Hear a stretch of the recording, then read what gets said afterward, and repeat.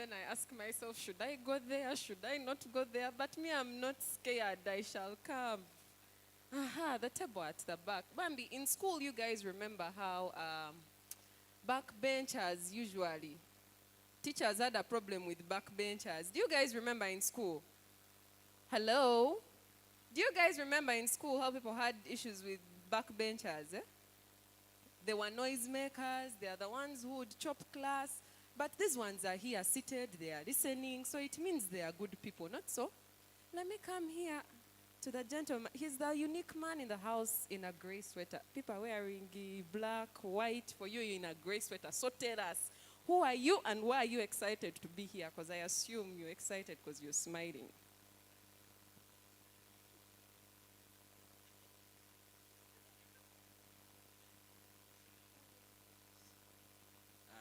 Abdullah Kimsep Massa from RHU.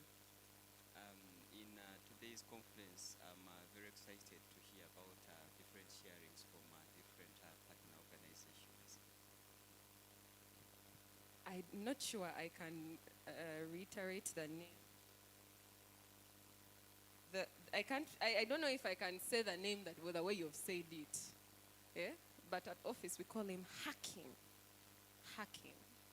So I'll just leave it at that. Let me come over here to the back. I mean, I don't want to say that we are forgetting backbenchers. This table looks nice. You guys look smart. I don't know if you coordinated and you're like, you called a phone and you're like, me wear white. For you, you wear black. I don't know, but you look nice, so that is why I'm here. So yeah, tell us, Restless Development. What do you do at Restless Development before you tell us what your name is? Thank you so much.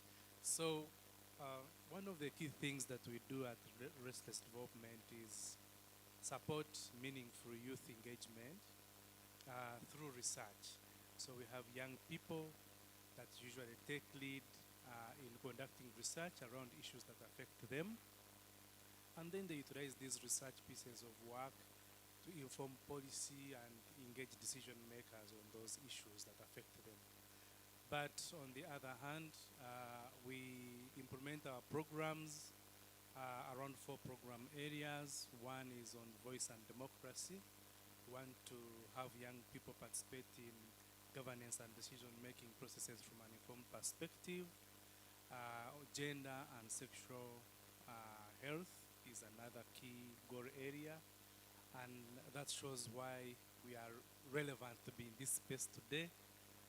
And the third is climate justice. Young people are complaining that it's the adults that have adulterated the environment. They want to play a key role in ensuring that our environment is kept safe so that it can be used years and years ahead. Yeah, and the last one is education and livelihood. We want to ensure that young people have the skills, have the money in their pockets to be able to meaningfully engage in whatever processes they need to. Otherwise, my name is Isaac Haranaitwe, and I'm a programs manager at Restless Development. I'm so excited to be in this space because looking at the program, I could see the program is actually youthful, you know. I can see, even from the MCs that we have, I can see that it is youthful. The dress code, I can see there is going to be a lot of music interlude. You know, that is something that interests young people a lot. And I'm also more interested in the session around meaningful youth engagement. Yeah, thank you so much. Lovely to meet you, Isaac. Yeah, I love that you've broken down a number of things that Restless Development is doing. And for me, what stands out is the aspect of meaningful and inclusive youth participation. And I think for us as Power to Youth Uganda, we believe that it is very important to create spaces in which young people and adults can be able to partner, collaborate, but also meaningfully walk the journey of change as a collective. So I had given you guys, or we had given you guys about 10 minutes for your break tea. And while we are speaking of meaningful engagement, I'll request that if you're at the back, please come take up the front seats, people that are standing at the back. because we are diving right into our program shortly. I would like to ask, in the spirit of young people, I have an amazing group of young people that is going to perform for us. So while they are coming through to the front, I want to ask all of us, hello, hello, have they told you the secret? Have they told you the secret? They haven't. Do you guys want me to tell you? Huh? Yes or no? Yes or no? I don't like the energy in the room. Yes or no? Yes or no? Never. Bitemwa somachidabika. So I'm going to tell you the secret immediately after this performance, when my co-MC is around, because I don't want to cut word. Yeah? I need witnesses here with me. So when my co-MC also comes back to take the stage, after we have been put into the mood of the conference, we are going to know what that secret is. So I would like to welcome onto stage. You know, when it comes to young people, one of the things that we try to do in the different spaces that we work in is to see how they can tap into their strengths and their talents to be able to communicate, right? I'm seeing reach a hand here on the table. You're the right person I should come to. You're doing a lot of work tapping into edutainment, right? Give us just one of the things that you feel is very impactful when it comes to tapping into music, dance, and drama to create awareness. Thank you, Daisy.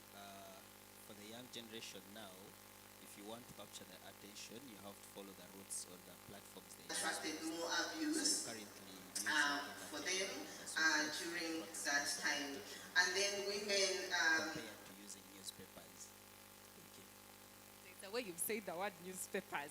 But on stage, we have the Baraka performers. And I'm seeing that the tagline is where passion meets purpose. Guys, I think that's very powerful. So without further ado, Baraka performers, please take the stage.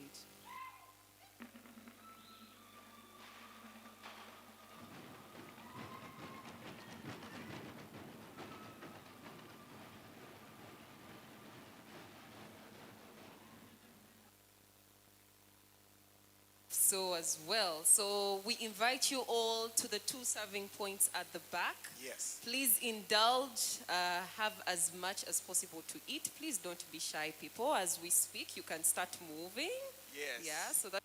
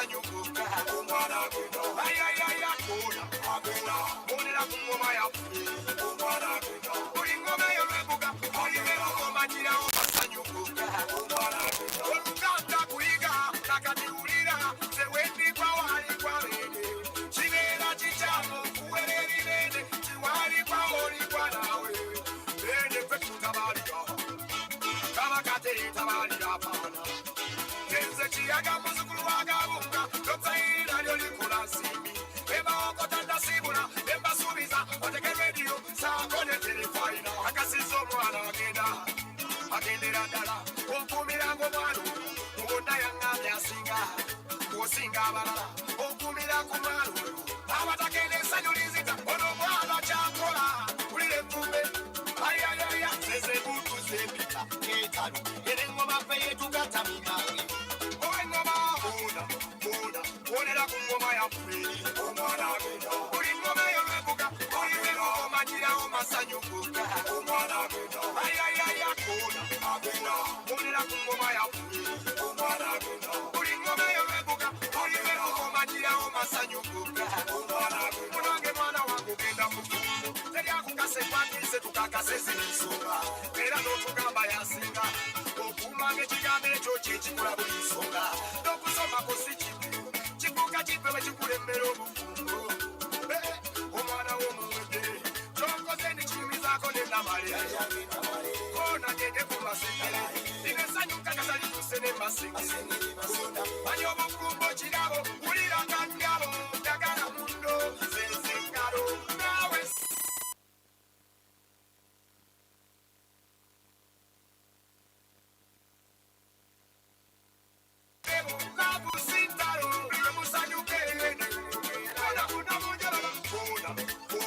bonera ku ngoma yaffe omwana agenda buli ngoma eyolwebuga olibera omanyirawo masanyukuka omwana agenda ayayaya kona agenda bonera ku ngoma yaffe omwana agenda buli ngoma eyolwebuga olibera omanyirawo masanyukuka omwana agenda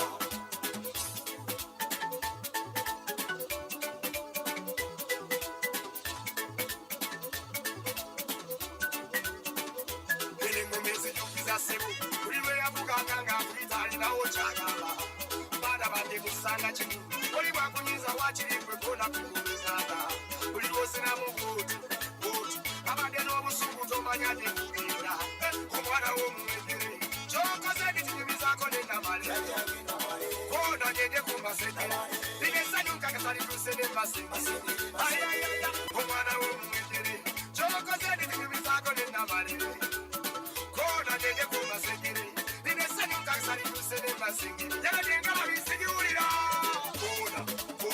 bonera ku ngoma yaffe omwana agenda buli ngoma eyolwebuga olibera okamanyirawo kabaka mwali omwana agenda mukama kulemberanga omwana wange tewerabire wamwe ennyumba omwana agenda n'abaana b'olizaala ennyumba eno nabo gye bakubiranga omwana agenda mukama kulemberanga omwana wange tewerabiranga omutanda omwana agenda n'abaana b'olizaala ennyumba eno nabo gye bakubiranga omwana agenda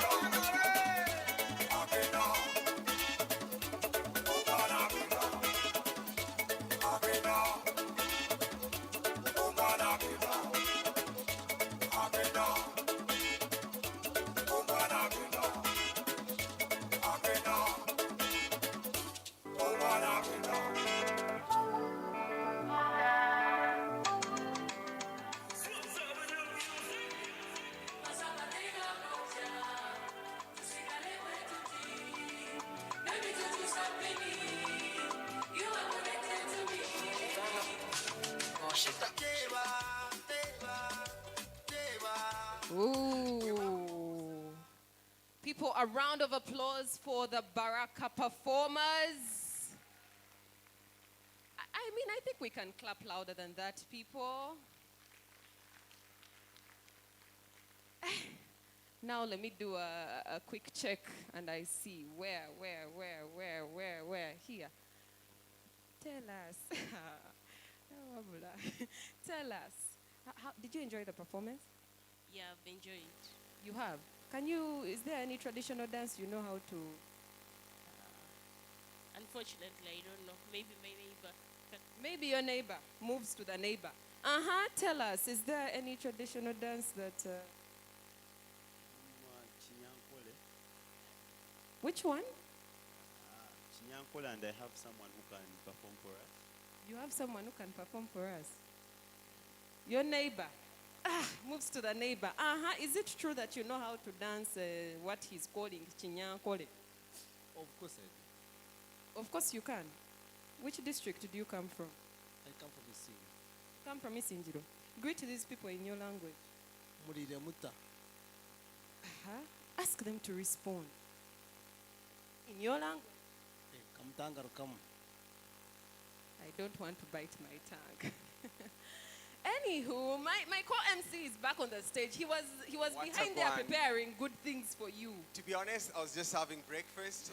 Usually you set the pace, you let the people be the ones advocating that they need breakfast, but deep down you know you're the one that badly needs the breakfast.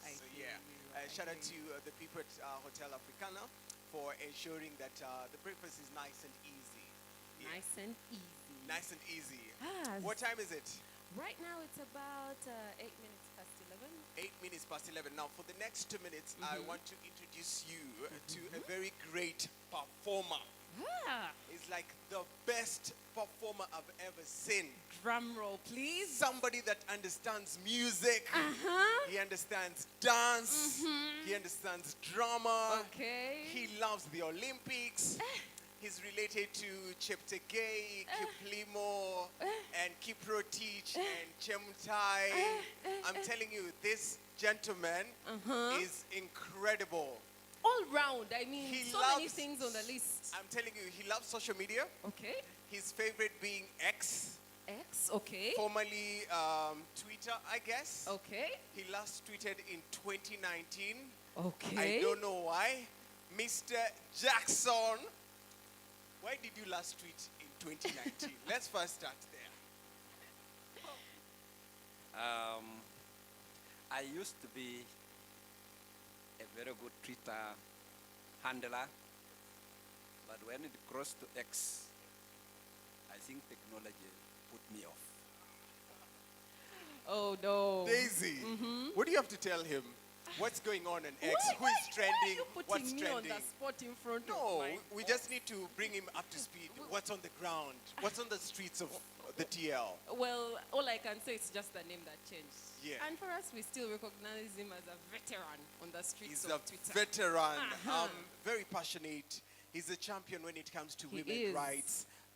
He's an advocate for sexual reproductive health. Yeah. He's a lover of sports. He is. I'm not sure if he had a breakfast. Do you have a breakfast? And we bring the medals to this country, Yes. and on behalf, I receive accolades for Yes, that. nice. And I'm here to receive the accolades, please. Ladies and gentlemen, to the Olympian, by default, a champion of so many. To have you in our midst, Daisy, do the honors, please. Without further ado, ladies and gentlemen, put your hands together for Mr. Jackson Chekweko, the Executive Director of Reproductive Health Uganda. Mr. Idisa, the floor is yours.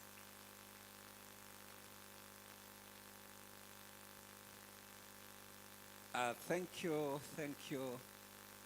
Good morning, colleagues.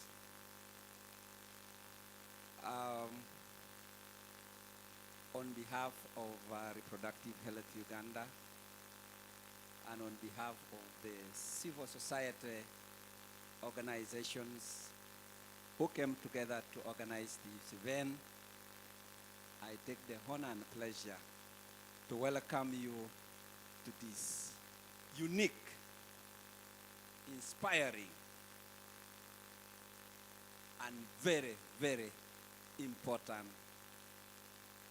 conference, which is the first of this kind.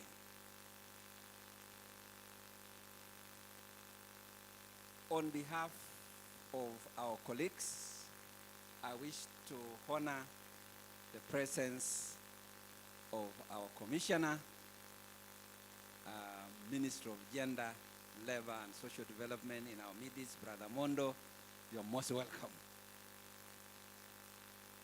I wish to welcome my sister, Dr. Betty, who is the Director for Family Health at National Population Council. I wish to welcome my brother Wamala, who is the coordinator for Parliamentary Forum for Population and Development in Africa and in the Parliament of Uganda. I want to recognize all our distinguished colleagues who have honored this invitation from the embassies, our development partners, from the respective ministries, from the religious fraternity who are in our midst, from the various civil society organizations who are here present, from the districts. I have my sister from all the way from Bukwa. I don't know where she's seated. She's here. We have friends from Kalangala. We have friends from Isinjiro. And to mention but a few, we have colleagues all the way from the Netherlands who have come to be part of this function. We have colleagues from Sonke in our midst. Can I see Mebo? She must be seated somewhere. We have various dignitaries in our midst. But above all, we have a big representation of the First Estate, our media fraternity in our cities, in our midst. This day is dedicated to bring together civil society organizations to come and share their knowledge, to come and share their experiences, the milestones, the challenges, the lessons, and discuss solutions to issues of gender equality, to issues of sexual and reproductive health and rights, and to issues surrounding youth programming. I can't wait to see the proceedings as they unfold, because we are here to reflect about our context in as far as sexual and reproductive health of our young people is concerned.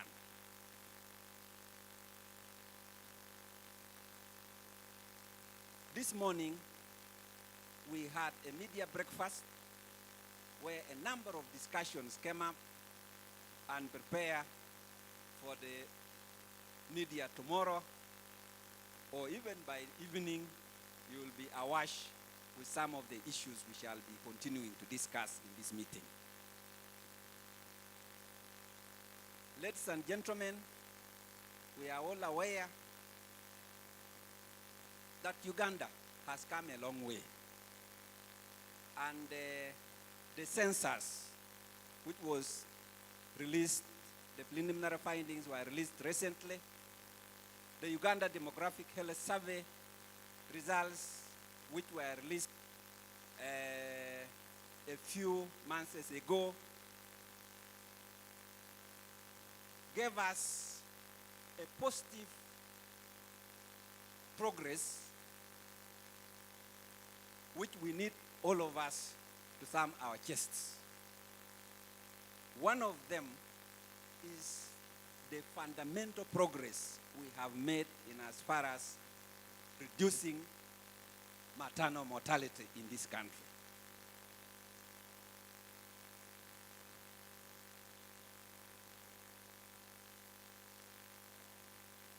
the progress we have made in reducing infant mortality in this country.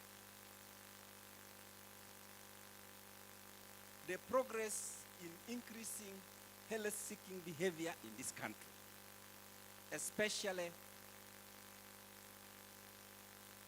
issues of antenatal. We have more mothers attended by a health professional. But colleagues, we are still also aware that there are areas where this country have struggled. And one of them,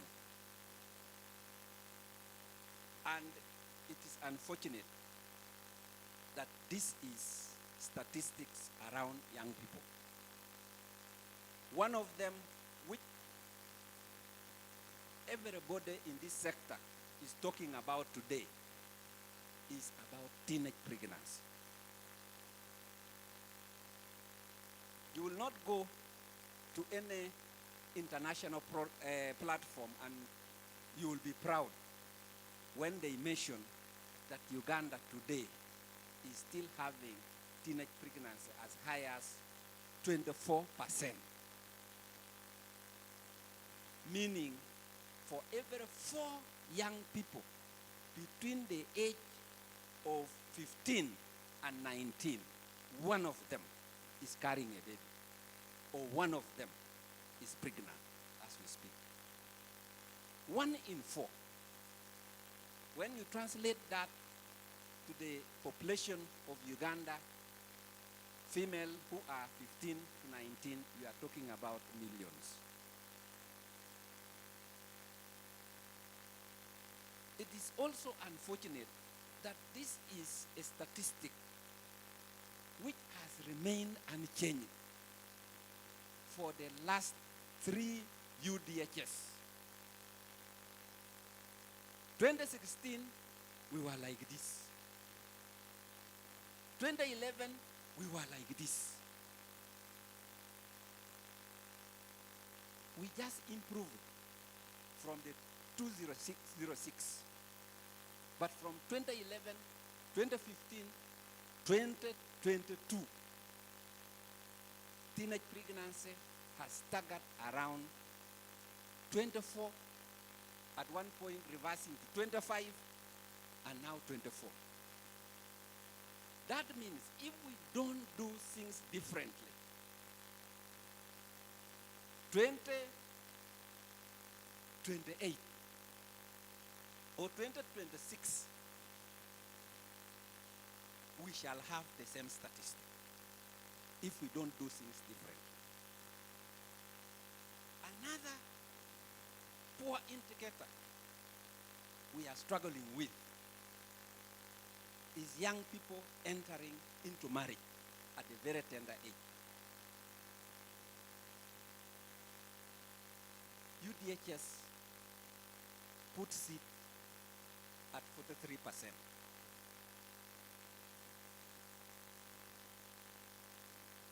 That means half of our young people get into marriage before 24.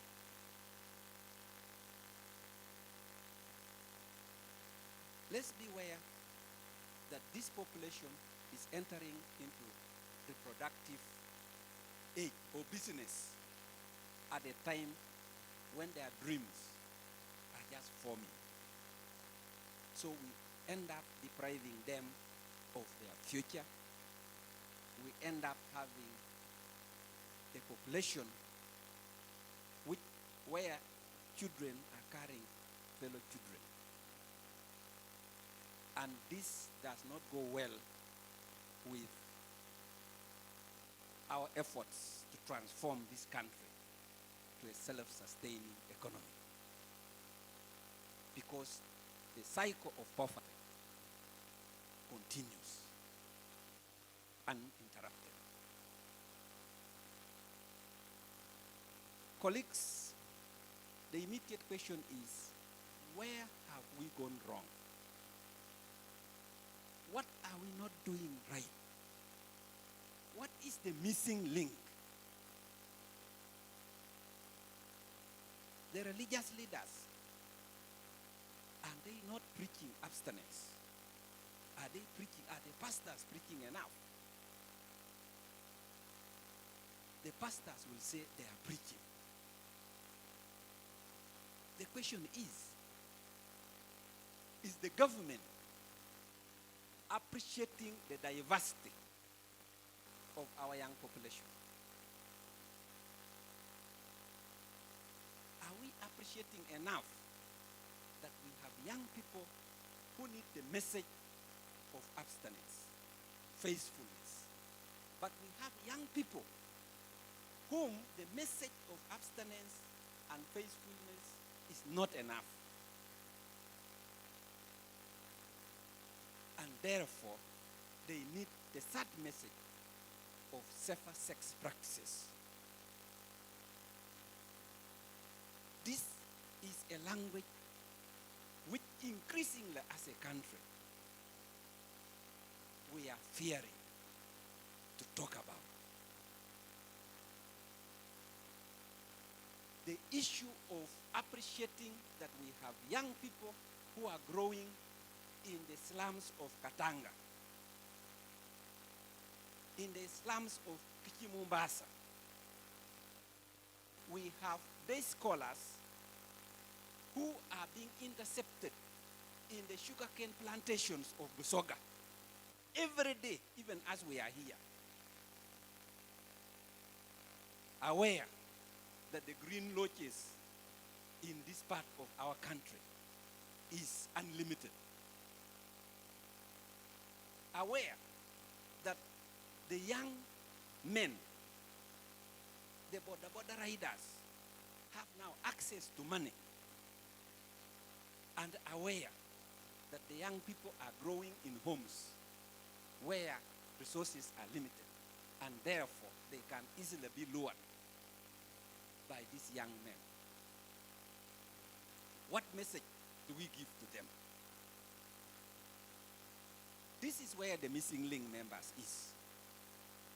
Right now, as we speak, as a country, we don't have a robust policy framework for addressing sexuality education in schools and out of school. If somebody has a training tool for sexuality education approved by Uganda government, show of hands. We don't have. And that is the missing link. The last time we were moving around with a tool was 2015, before the Parliament of Uganda suspended sexuality education, awaiting for a framework. We put a lot of energy. We came up with a framework in 2018, which was launched by the Minister of Education, who doubles as the First Lady of this country. We are aware, before it could be implemented, there was from some sectors, the faith-based institutions.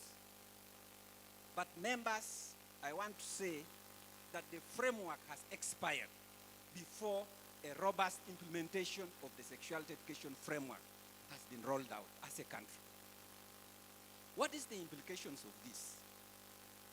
It means that the key stakeholders who have been doing sexuality education in schools, sexuality education with the out of school, we have staggered. We, the civil society, are struggling. For example, where I work, we have gone back to the PSA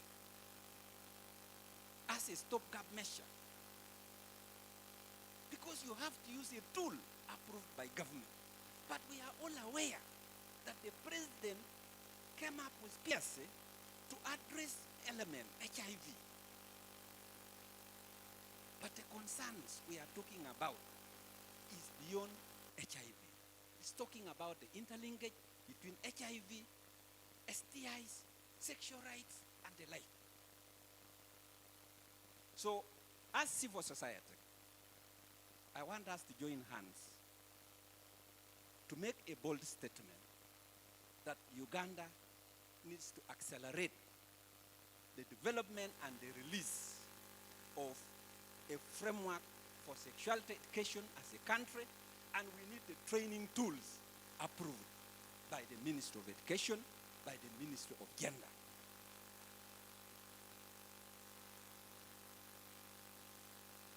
I want to make another request. The tools which will help this country are the tools which are balanced, which puts in context inclusivity, which puts in context the diverse nature of our young people. A tool which emphasizes on morals will not help this country, because that's where we are coming from. That is why we have remained at 25%, at 24% teenage pregnancy. We need a tool which talks about safer sex practices, which talks about abstinence, which talks about faithfulness, which talks about condomizing for due protection. Anything less than that, we are continuing to bury our heads under the sun.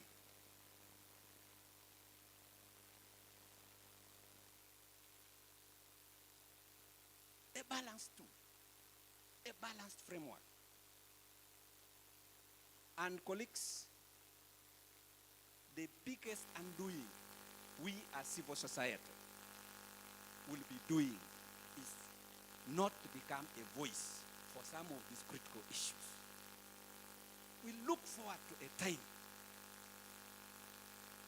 when Uganda will be proud to say teenage pregnancy has reduced to 5%. We shall be proud. We shall be proud to a time when this country is saying that our fertility has been managed and sustainable growth is realized because we have made the right choices in our investments to promote holistically family planning. And our neighborhood is getting it right.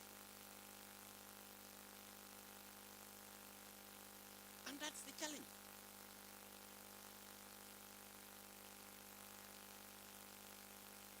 We as civil society should stand up to issues of SGBV, which is happening in our society. Over 35% of our community of women either have gone through a sexual violence, a gender-based violence, and some of them even accept it in the name of thinking that it's a sign of love.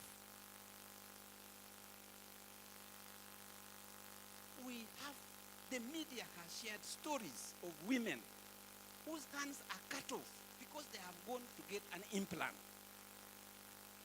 Is that the society we want to keep?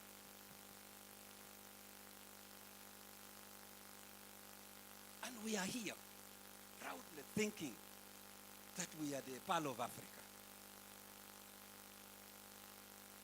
Women have lost life. The Busia scenario, where a woman lost life just because she went for a family planning. Where are the women to stand up against this? Where are the men with a big heart to stand up against this?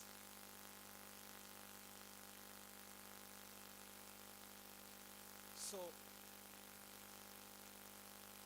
there could have been no better space to discuss these critical issues than a time when we, the civil society, have come together. And I want to appreciate the organizers of this conference who, for the first time, have brought civil society together to share knowledge, to share experiences, and to talk about solutions to the issues, which we are very, very concerned about.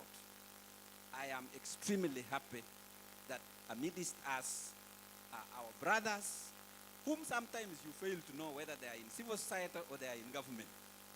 They are equally very passionate about the issues we are talking about. And I want once again to appreciate my sister Betty. She has demonstrated it all. I want to appreciate my brother Mondo, who is a young person by heart every day. Mondo, we are proud of you. We are proud of you and we pray for you. We have amidst us a big fraternity from the media who have done amazing work in speaking to the issues we are concerned, and we trust you and we ask you to continue shaping and to bring the boldness we need. Let's be open. A media person mentioned that this idea of allowing tradition to take us back instead of shaping culture to help our lives do be better is something we need to fix. Religion is supposed to make us be a better place, even in the Vatican. So let's use religion, let's use culture positively to advance the betterment of our people. And we need the religious leaders, we need our cultural leaders to make their contribution because we live in a diverse world. Inclusion. Persons living with disability, persons living with HIV, people with sight impairment. Let's take care of them. Colleagues, it is a big honor to welcome you, and I want to ask you to have frank discussions in this meeting. Let's celebrate the achievements. Let's come up with solutions to the challenges we have. Thank you very much, and you are most welcome.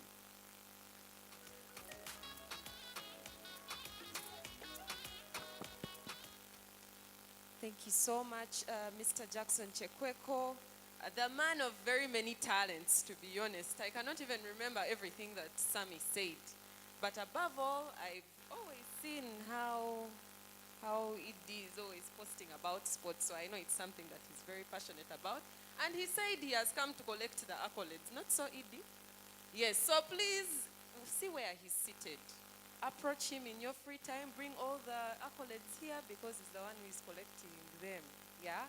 Are we good to go? People, how are we doing? I'm not sensing the energy. I'm not sensing the vibe. And the next person who is coming onto the stage is young, is energetic. Now I need you guys to give him some energy. Yeah? People, are we okay? Are we okay? Are we okay? The energy is still low. Don't you think the energy is still low? It is. It is. So what do you think we can do to improve the mood and the energy? Some entertainment. Some entertainment. Do you want to be the one to give us entertainment? My neighbor. Now you're doing my neighbor, my neighbor. Okay, so one of the things that we treasure as the Power to Youth program is safety and security. Power to Youth does not play about safeguarding, yeah? And I've been told Hotel Africana does not play about that as well. So we are going to give them platform. Where is the gentleman? The gentleman at the back, very smart with a red tie, blue shirt. He's going to do a quick security briefing, and he's going to assure us of our safety and security here. But before he does so, hello. Hello. You're the one who I needed in this room. You have more energy than all these people combined. What's your name, sir? Ebanuero Mala. Sorry, your accent is so... Thank you very much for the opportunity. Thank you so much, Madam Moderator, for the opportunity. Ladies and gentlemen, you are most welcome to Hotel Africana. Good morning. Thank you so much once again for the opportunity. I know I wasn't in your agenda. However, here at Hotel Africana, it's a policy that before we start in a meeting or a conference, security has to come in and give a few safety briefing. Ladies and gentlemen, it's not going to take long, just about 2 minutes. So I call upon your cooperation. Ladies and gentlemen, Hotel Africana takes matters of safety and security of our guests and their personal belongings seriously. For that matter, we are reminded at all times to keep in touch with our phones, our laptops, our bags, etc. I'm not saying that because there's no security here. At Hotel Africana, we have counter-terrorism police. I've got other 2 external security companies and internal security. However, safety starts with me and you. So ladies and gentlemen, I would also like to talk briefly about emergency cases. We have got about 6 big assembly points in case of an emergency. However, for now, the nearest emergency point, which is near where we are, it's as you get through the main entrance, you turn on my left, then again on my left, you'll be in position to see that big parking. And also in case of an emergency, we may not only rely on that door which is open, the first and second on my left, those 2 doors can be used as an emergency exit. Likewise, to my right-hand side, I've got 2 closed doors. However, in case of an emergency, they can as well be used as an emergency exit. And also opposite, that side on my right-hand side, below the swimming pool and that green area, all can be used as an emergency exit. Ladies and gentlemen, I would also like to talk briefly about food safety. Food safety. As Hotel Africana, ladies and gentlemen, they are 100% responsible for the safety of our food. However, once you have been served that food, you take full charge and full responsibility. That means you only require to serve when you are ready to eat. Don't serve your food and abandon it. Then you go to accomplish other tasks. That's not allowed. Ladies and gentlemen, also I would like to talk about the place of convenience. In case you would like to visit the washrooms, they are not very far away from where we are. We shall be required still to exit through the main entrance. Turn slightly on my left, then again on my left. You will be in position to see the labels. However, for that case, the gentlemen are the ones on this same level where we are. For the ladies, you will have to climb a little bit ladder to the next level, right on my left-hand side. But in case you are uncomfortable with that side, you can slope down, go to the downer level, the downstairs. You slope down still through the corridor on my left. You will be in position to see both levels for ladies and gentlemen. Thank you so much, ladies and gentlemen. In case of any suspicion, in case you've seen someone who was not supposed to sit where he or she is seated, please ensure you report to our coordinators who will alliance with security. Thank you so much once again. Here at Hotel Africana, we have our motto which says, you come as a guest, you leave as a friend. I wish you all a good day. Thank you so much. Emmanuel, if I was your boss, I would increase your salary because of the good rep that you're doing for the organization as Africana here. So I've noticed that the vibe is still low. So I want you guys to give me energy. Yeah? Are we together? Are we together? Definitely. Definitely. She said definitely. So when I say power, you say youth. Are we together? And I want energy in the room.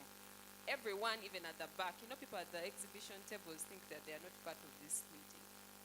So when I say power, you say? When I say power, you say? Power. Power.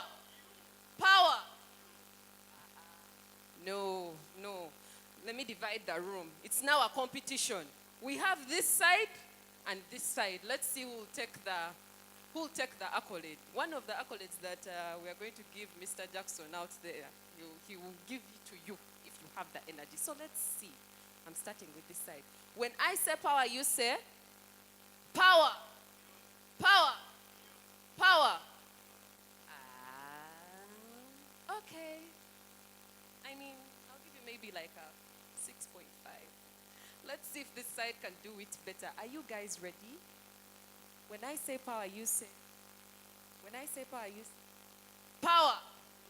Power! Guys, Mr. Jackson, these people have taken the accolade. I think we've seen, yeah? It is work in progress. I hope that is not a biased opinion. Anyway, I'd like to call onto the stage. Mr. Jackson has been speaking about how we need to create safe spaces for young people, for adolescent girls and young women. And I think one of the ways that we're seeing young people doing that is taking up spaces, big spaces where they can be able to influence change. And so without further ado, allow me welcome onto stage Mr. Regan Wanyama. And for him, I want you to please sound a round of applause because he's going to be representing youth-led CSOs. So put your hands together for Regan.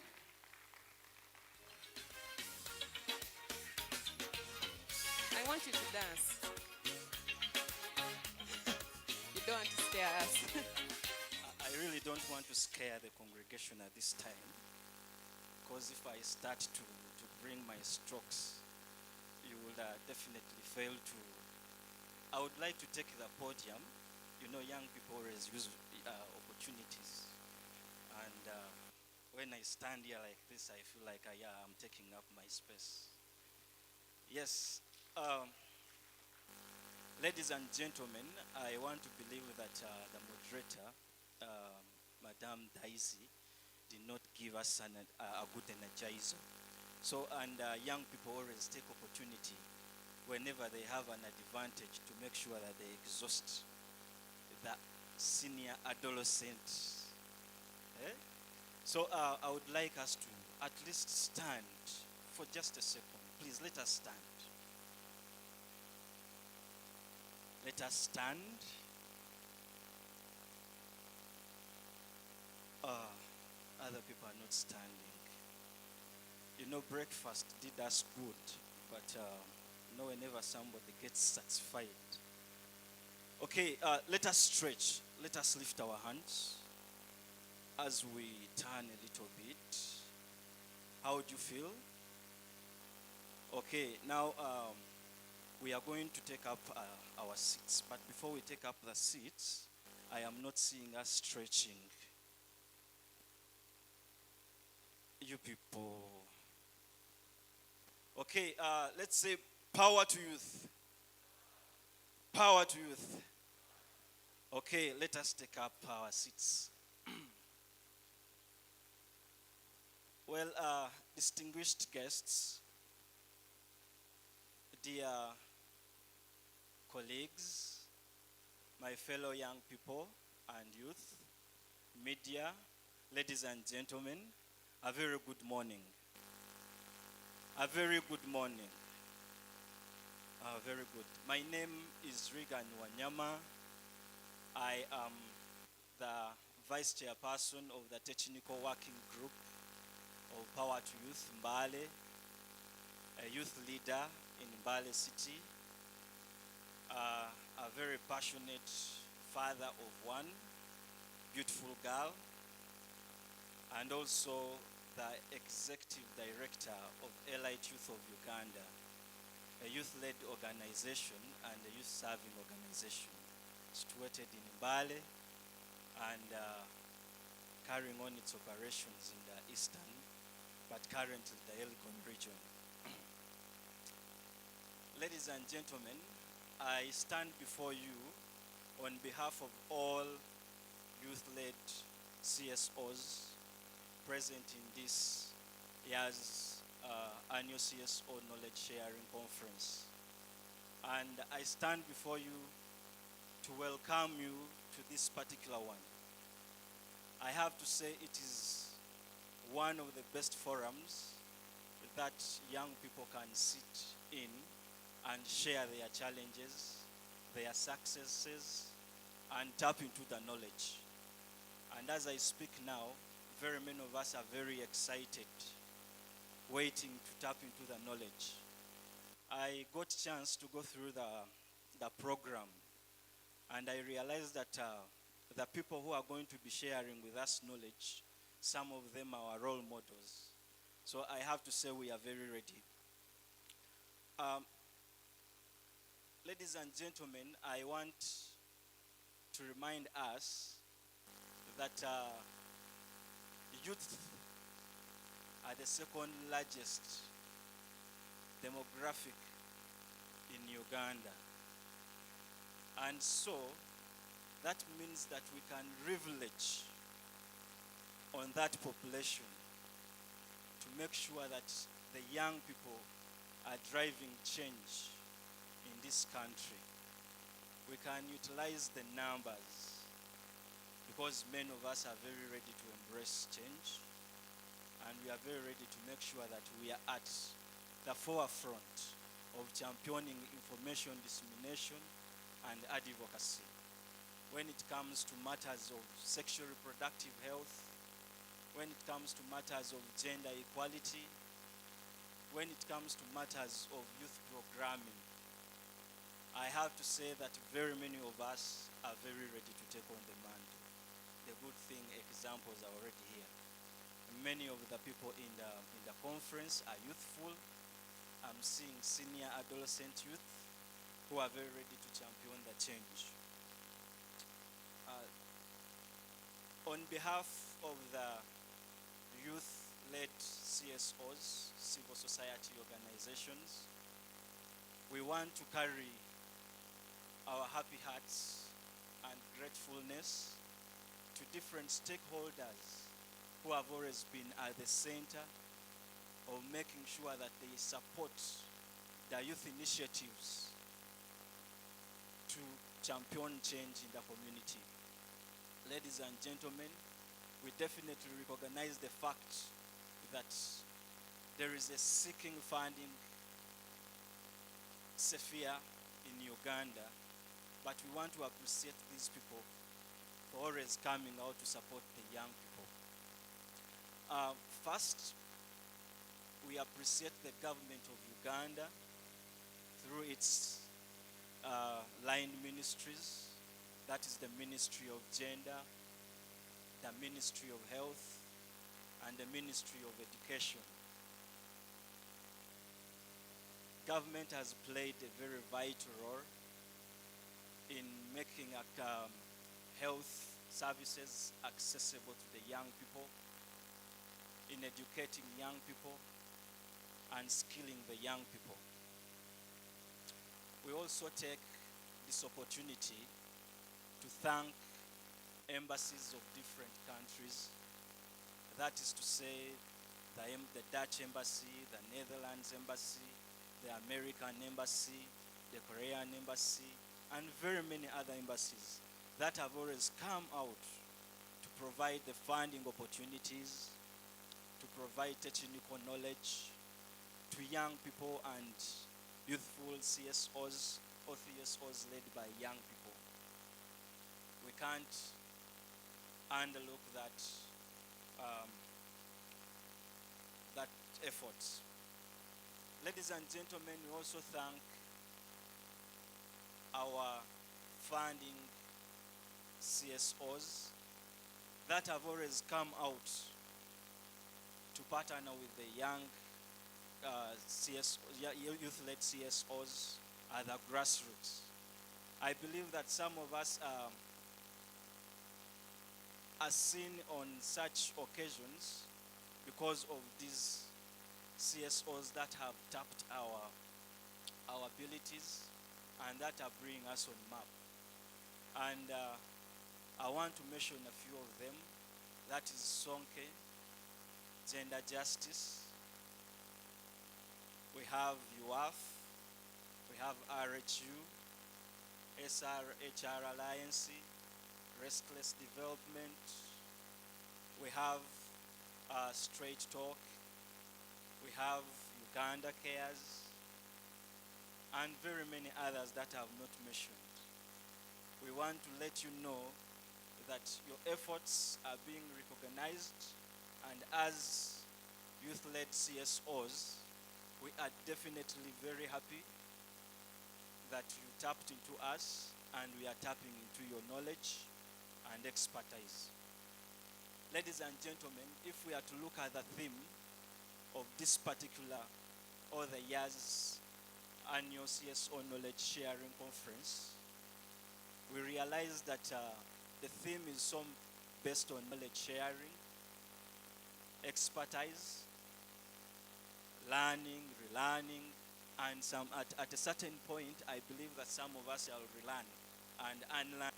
And youth, we are also very ready to tap into the expertise and encouragement that we believe that we shall carry from this house and from this conference to our different designations that will definitely push us in amplifying the young people's voices.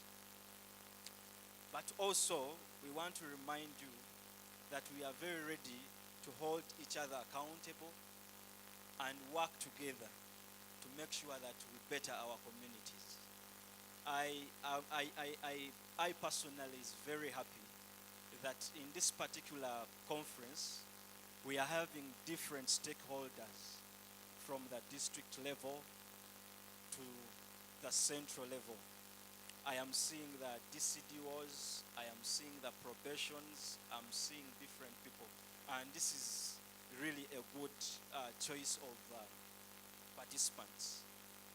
Ladies and gentlemen, my task was one, and my task was to come here, and I welcome you to this particular conference on the behalf of youth-led CSOs.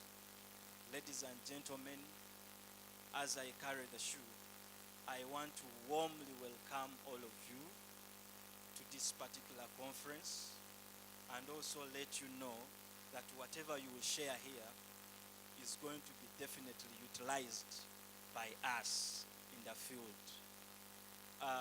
The SRHR was pronouncing so much on teenage pregnancies, and definitely it has been a very rampant and growing vice in our communities. You know, the COVID situation, when it came and the lockdown came in, we realized that very many young girls got pregnant. We realized that very many young boys became victims of rape, even the girls anyway. So without wasting any time, I want to thank you very much, and I want to welcome you to this conference for God and my country. Thank you so much. Another round of applause for Regan. Yes, he's a brilliant young man who has a bright future ahead of him when it comes to public speaking, but also when it comes to amplifying the voices of the youth. Thank you so much, Regan, for those powerful remarks, and continue to do the thing for the culture, for the community, and for the people that you represent when it comes to youth-led CSOs. We've had great remarks coming through from the ED. We went on to have a remark on behalf of youth-led CSOs. We need more of those. And now it's time for us to hear a word or two from a senior youth, a man who is relentless when it comes to passionately advocating for the place of the youth in different communities, from the north to the east to the west. This man is phenomenal, very powerful, very polished, and extremely professional in what he does. Mr. Gabriel Iguma, it's a pleasure. I've made an order for you for your t-shirt. It's on its way. We're still debating whether it's size small or medium or extra large as well. Thank you so much, sir. This is for you, Jesus. Just wonder on the beat. Let's go. From the moment Jawanonda, on Patevirunjera, on Twala Walunjate.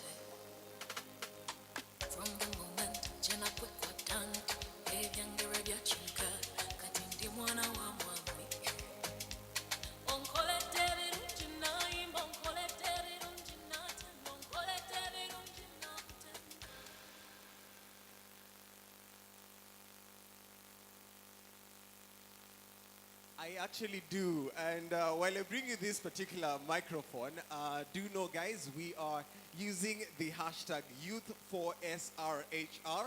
We are also using, thank you so much. We are also using the hashtag CSO Conference 2024. I'm pretty sure by now our executive director is back on X and pretty much is using his Twitter handle as well. Gabriel, over to you. Ladies and gentlemen, good morning to you all. Yes, I know you are grossly disappointed because the MC gave a resounding introduction and you expected to see somebody who was tall and mighty, and it is me who has showed up in a very small housing, and you're wondering, is this the person? Yes, I am the one. He has made me sound better than I actually am, and I really aspire to reach the level that the MC just spoke about. Ladies and gentlemen, it's an immense honor to be here this morning. To be in a room filled with people who've dedicated their lives to giving to other people, especially to young people.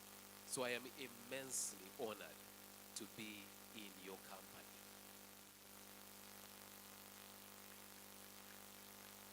Since nobody has done the protocol things, usually what I do is I wait for somebody to speak and do the protocol things, then I come and say, all protocol observed.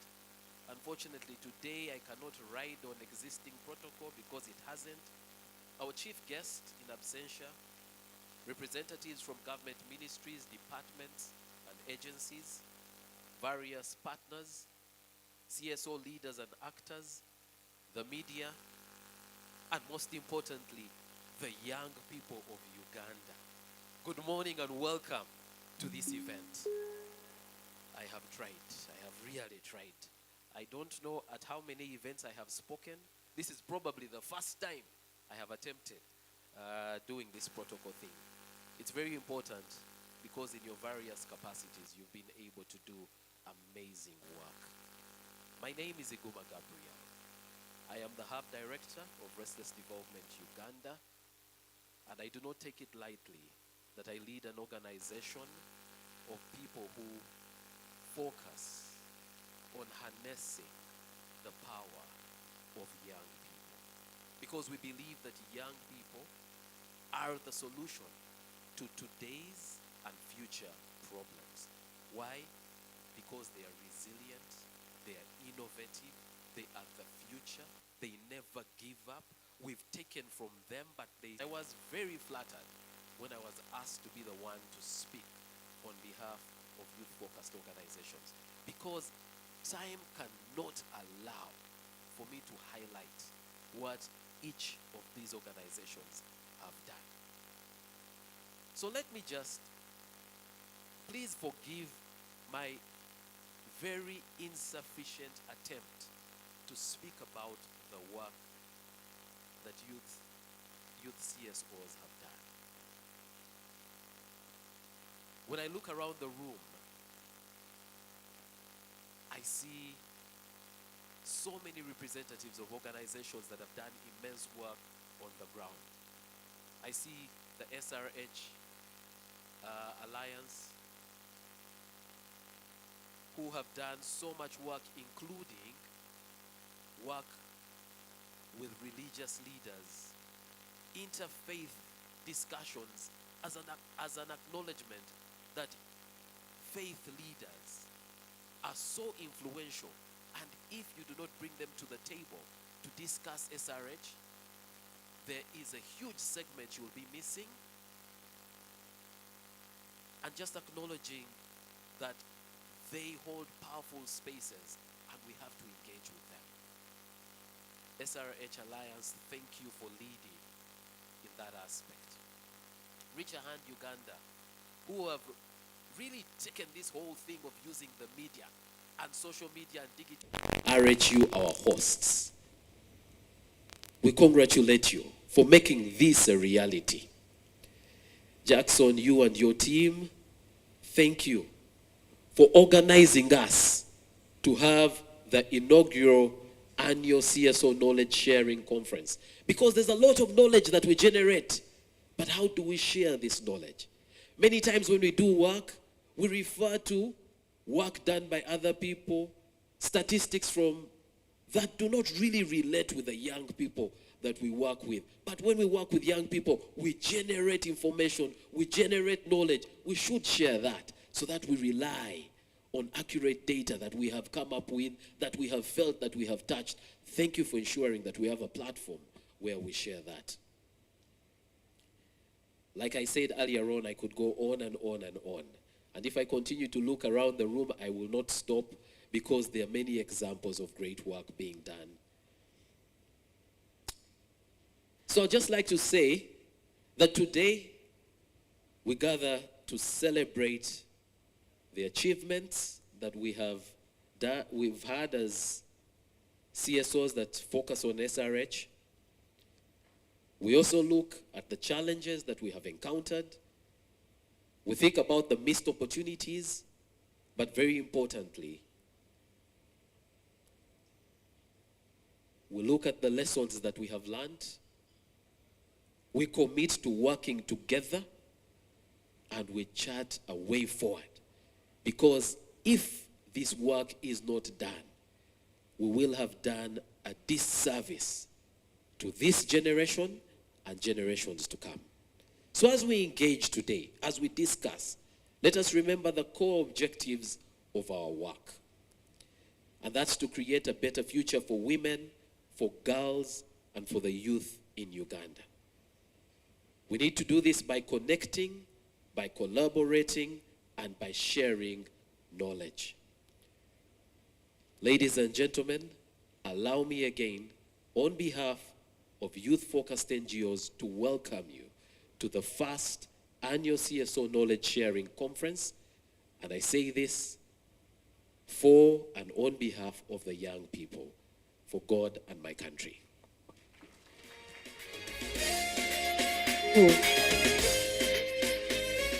Okay, amazing.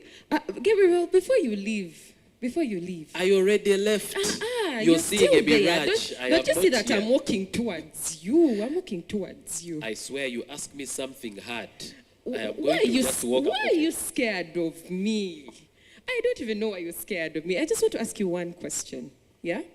Growing up, did you see yourself standing on a podium like this, speaking to people in their different capacities like this? The question should have just ended at, did you see yourself growing up? No, I didn't. No, but definitely, I did not see myself speaking to an audience like this. And when I started my remarks by saying that I am really privileged to be in the company of all these people, it wasn't for formality. I actually mean it, because I never ever expected to be in a space like this, let alone giving opening remarks. But as a young person, somebody gave me a chance, and yeah, I have the opportunity to stand at the front, which means I have the responsibility of also opening up the spaces for young people. Amazing. So in one sentence, what is your call for the young people here that want to stand in your shoes someday in the future, which could even be tomorrow? I'll just let every young person here know that your youth is a gift that you have. That gift is not going to last forever. A time will come when you are no longer a young person. So make your youth count, because sooner or later you will no longer be young. The other thing is, as young people, it is okay for you to make mistakes.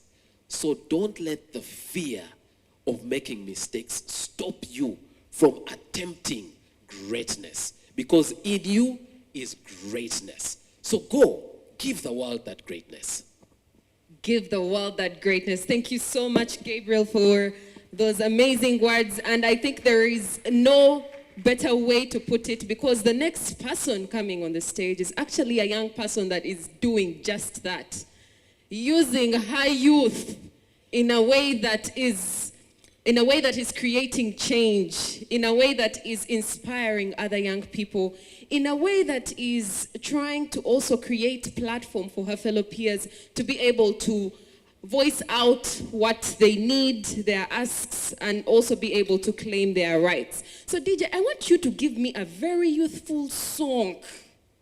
Very youthful. I don't know which one. You search your playlist real quick, and then right after she comes onto the stage, we'll quickly dive into our keynote addresses and speeches. But because she's a young person, I know she's going to give this, whatever she has to say, energy. So DJ, are you ready? Are you ready? Allow me welcome onto the stage, Miss Shirat Namuyanja, the Youth Country Coordinator of the SRHR Alliance. Celebration, more fire. Oh, one in a which I one in no one. Life is so sweet, DJ, first cut the beat, first cut the beat. No, Shirat. First cut the beat. First turn down that music. Shirat, nkuwanya nyo nawe. Madam, you're going to come here, you're coming with your dancing, you're bringing energy as a young person. Now you're embarrassing me in front of these people. DJ, just play that song for like 30 seconds. And Shirat shows us what she has.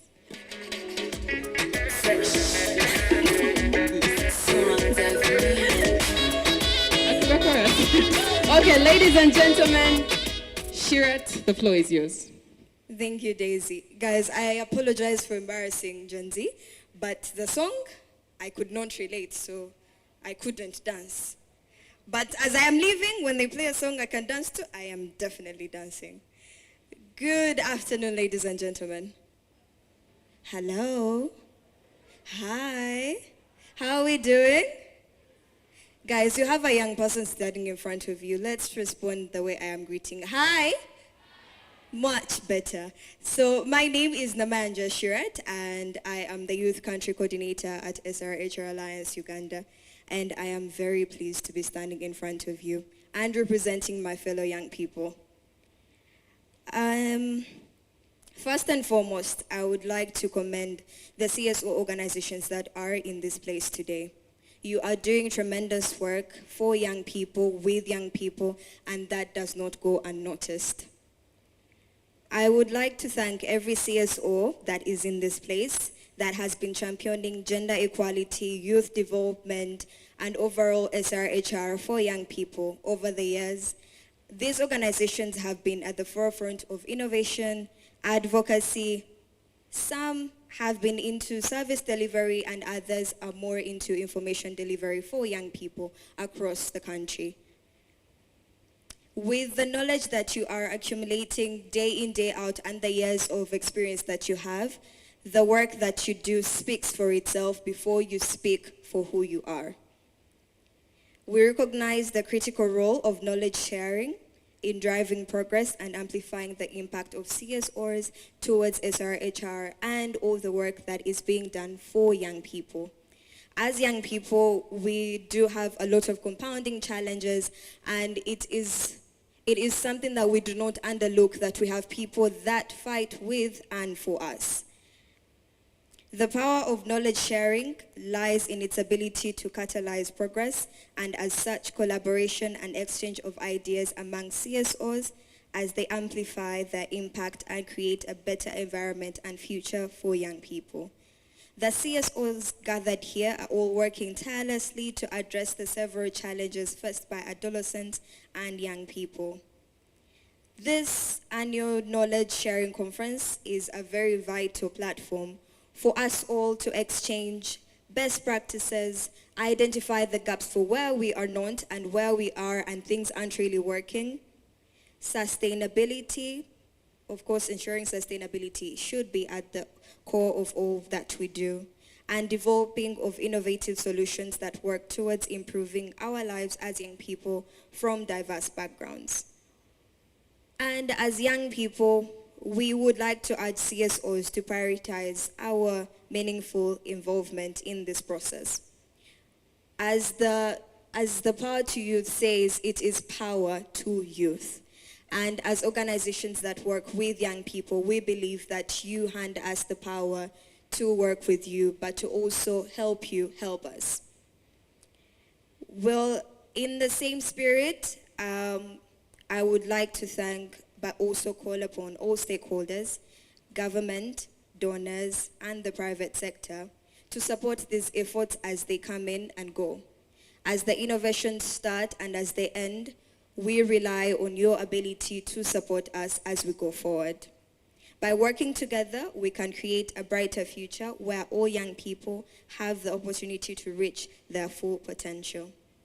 This, at large, is an opportunity for us to leverage our collective wisdom and experiences, and we must ensure that this knowledge is shared openly and widely amongst all of us. By fostering collaboration and knowledge exchange, we can amplify the impact of our work, identify effective strategies, and address critical gaps in service and information delivery for young people.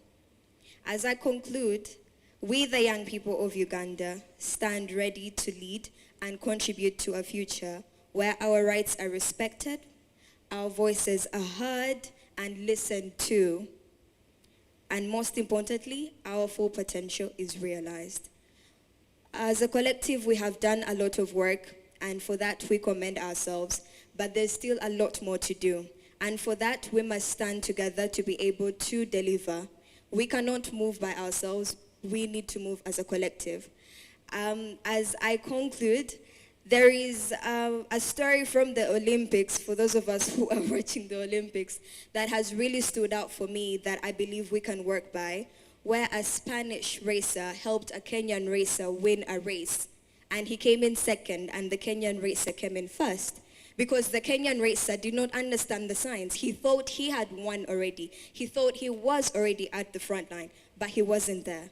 And as the Spanish kept on telling him in Spanish to keep running, he didn't understand what he was being told. But he helped him win the race, and he was comfortable coming in second. And when he was asked why, he said, at what cost was I going to win that race when he was already winning the race? The race was his to take. What do we learn from this?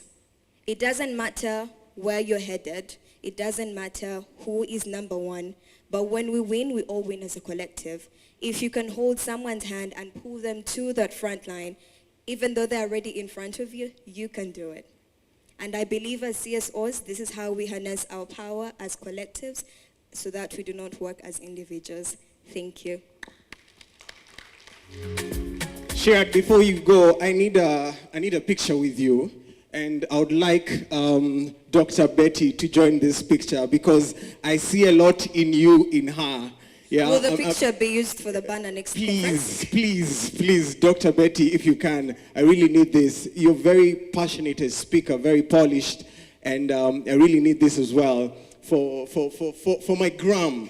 I need this for my gram. I see the Gen Z in you and the millennial in her.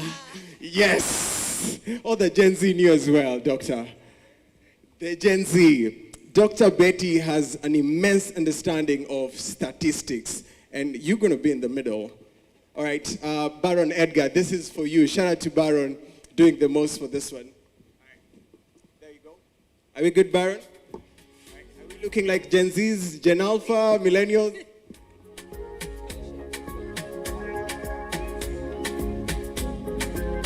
All right, the two of you, just the two of you. Great. All right. A selfie. All right, let's take that selfie. Doctor, I hope you have your Instagram account on fleek, eh? Is it there? Fantastic. Ladies and gentlemen, Dr. Betty Chadondo, she's here. She's a lady who needs no introduction. If you've read books, be it literature, be it issues to do with family health, if you have an understanding, unlike me, of statistics, numbers, she is a walking dictionary in every sense of the word. It's an honor to have you, Doctor. Thank you very much. Let me also use the podium. I want to feel like Gen Z.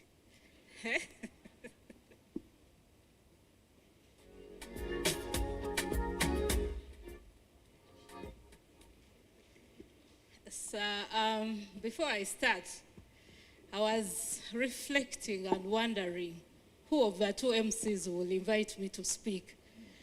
And I didn't know whether it should be the lady or it should be the gentleman, or they are youths. But I was praying so hard that can it be him? So my prayers have been answered. I think it was Gabriel who has already established the protocol. So I'm standing on the protocol, Gabriel, that you established, and you did it perfectly. I thought actually you have been doing this in all the engagements you've been involved in. You said it was the first, but you did a wonderful job. So allow me, ladies and gentlemen, to stand on the protocol that Gabriel already established. And I don't actually know what to say because almost everything has been said. Usually keynote addresses are given as, you know, it is usually the first thing, okay? But now that so many speakers have already given us, and everyone has delivered their speeches very passionately, and more especially the young people. I'm not saying Jackson, yours wasn't good. Yours was actually a full plate. And also, Mr. Iguma, yours was wonderful. So I don't know what to say. I've been told to speak about statistics, but I am actually very, very impressed with the way people know statistics. Yesterday, there was a session. There was an event in this very hotel, and people were discussing statistics, everyone. The religious leaders, the members of parliament. So people are interested. We can no longer tell lies with the statistics. People are following. I think maybe because of our phones, the smartphones, everyone is following. So when we come to deliver the statistics, they know. And I think they are even ticking off. Did she say the right thing? Did she tell a lie here? So people know. So today I'm not going to bring any statistics into what I'm going to speak about. But ladies and gentlemen, it's a very big privilege. And it is an honor for me to stand before you this morning in this inaugural, what have we called it? Civil Society Organizations Knowledge Sharing Conference. I remember many years ago there was a lot of competition among civil society organizations.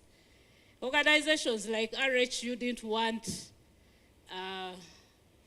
which example can I use? Maristops Uganda, to know what they are doing. Okay? Maristops Uganda never wanted to know what Pathfinder is doing. Everyone wanted to be in their space. But it is extremely exciting to see that civil society organizations have accepted the fact that they complement each other and they complement government efforts to deliver services, but to do a lot of the work that you're doing, everything that has been said here. It is very exciting that we have this inaugural conference to listen to ourselves as civil society organizations, to learn what someone else has done, to listen to the stories that have been impactful in the societies and the communities. Let me also congratulate you for doing that amazing work. It is very, very comforting to know that civil society are working together, complementing efforts of government to ensure that we leave no one behind for sustainable development. But we also acknowledge that these partnerships are not only loose partnerships, but they are strong partnerships because they are essential to ensure a better life for the people that you're working for, and most importantly, for developing the economy and safeguarding the environment. Allow me also appreciate the organizers of this event. This event is already successful. I think we can all see that we have learnt already, that we are sharing already, so the success is really following us. The theme is for us to share knowledge on SRH, gender, youth programming, but importantly, connecting for women, girls, and the youth, and sharing knowledge to lift CSOs to greater horizons of success. But this theme confirms the collective leadership of civil society organizations in tackling innumerable social, economic, and political challenges that Uganda still faces in the quest to have a country that is fair, just, and prosperous for all. In the ED Reproductive Health Uganda's submission this morning, the remarks that he has delivered, he has alluded to a number of challenges.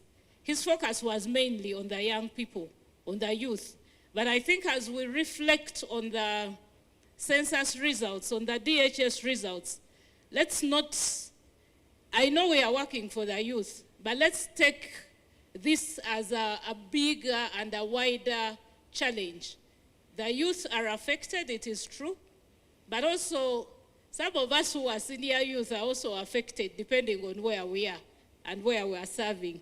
So yes, we are focusing on the youth, but some of the problems the youth are facing are because of what we are not doing right as their parents. So focusing only on the youth may mislead us, but also fail us.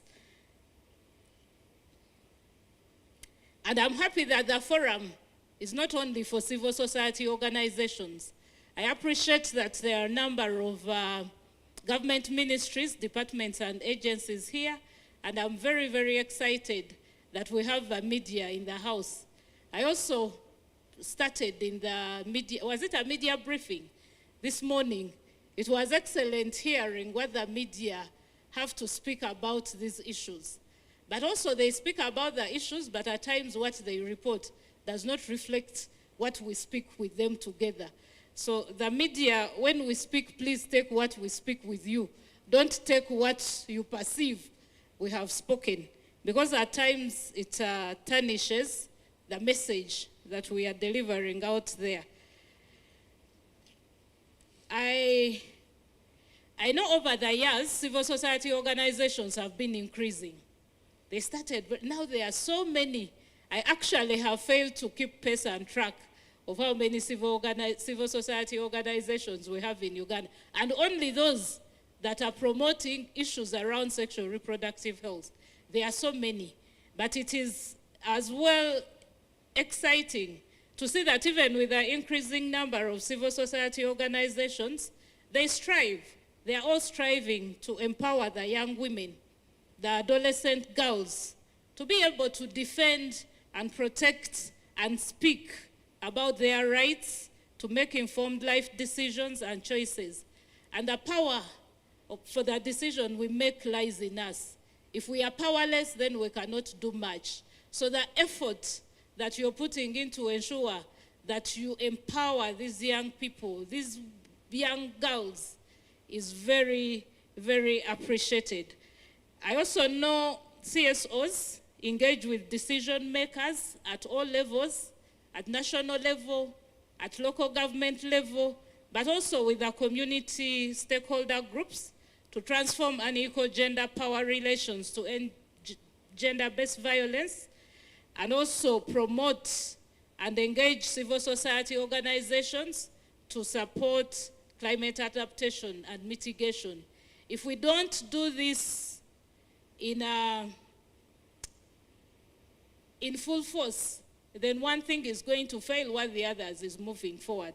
So we have to ensure that we integrate the efforts that we are pushing out there.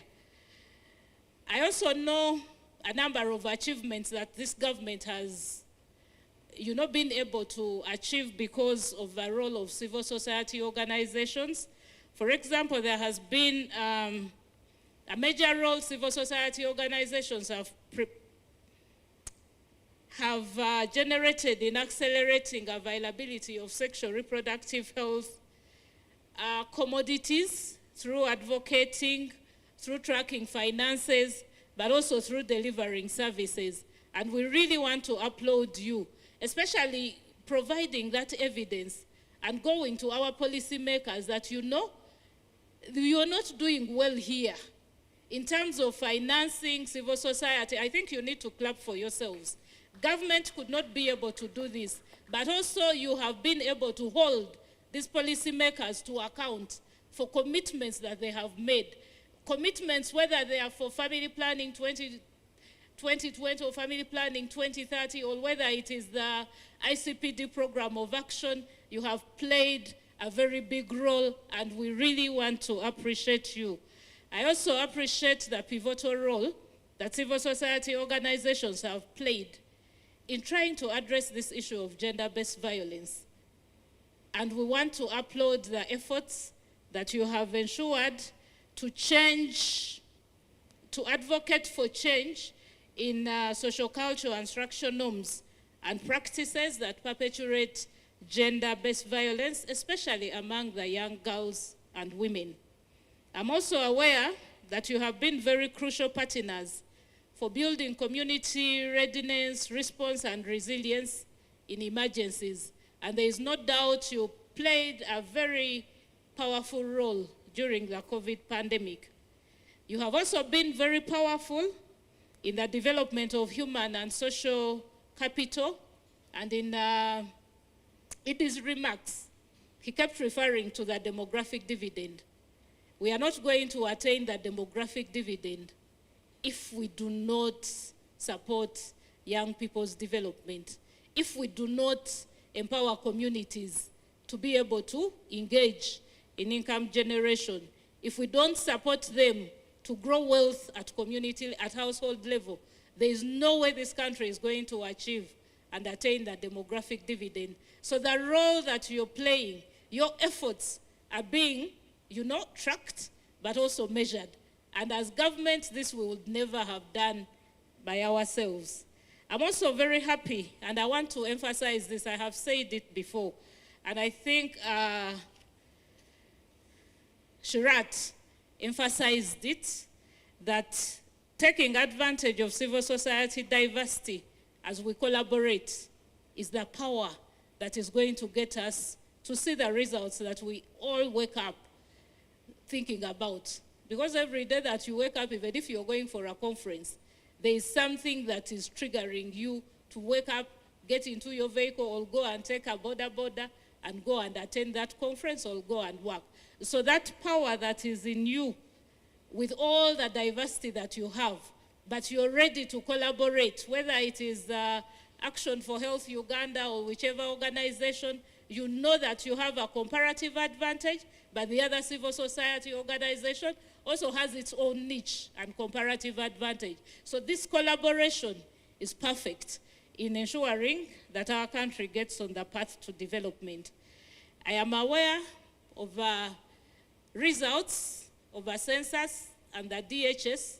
We have celebrated some of the good results that we have registered, especially in terms of reducing maternal mortality and infant and childhood mortality, but we haven't done well in the other indicators. So, ladies and gentlemen, civil society organizations, ED mentioned it. For as long as we forget the young girls, for as long as we do not do what we are supposed to do to reduce teenage pregnancy and early marriages, the triple threat of teenage pregnancy, HIV, and gender-based violence, which I think is part of the reason we are here, SRH, gender and youth, is not going to be achieved. So as we replan within our organizations on what we want to do, I want to implore you that look at these indicators, because you're working for government of Uganda. Fighting that triple threat requires concerted effort. There is no doubt about that. So as civil society organizations make your plans, can you also ensure that within your plans, the other players are included? They may not be exactly there, but engaging them, ensuring that your programs are integrated in government programs, in everything that we are doing, is going to help us reap the benefits of working with the young people. I am also aware the high population has led to high unemployment, and underemployment and income inequality. And civil society organizations have a role. And the role that you have to play is something that you have already been doing in ensuring that you engage with the young people, with the communities to improve their livelihoods. Please don't forget that. But we also know that rapid population growth is straining the natural resources. We are seeing what is happening in our different areas where we come from. There is land degradation. We are clearing forests. The water is we are running out of water. But also the minerals are being dug out, but we are not also seeing them. This is also evident in the current encroachment on the wetlands. I'm sure some of you who come from Wakiso have seen what is happening in Lubiji, in Kawala, and this is leading to overexploitation and environmental degradation. So as civil society, please don't forget to add some of these major, results of a high population growth into the work plans that you're developing. But also, Uganda is experiencing an urban sprawl and increasing slums as people migrate from rural to urban areas. And I think this is an area that civil society has not yet tackled. It is a new area, but the urbanization rate in Uganda is really skyrocketing. And please don't forget, because it compromises the delivery of services, but also it underplays the infrastructure development within the urban areas. Lastly, the impact of high population on children below 15 years and the young adults aged 18 to 30 years can have both a positive but also negative effects on the country's economic development.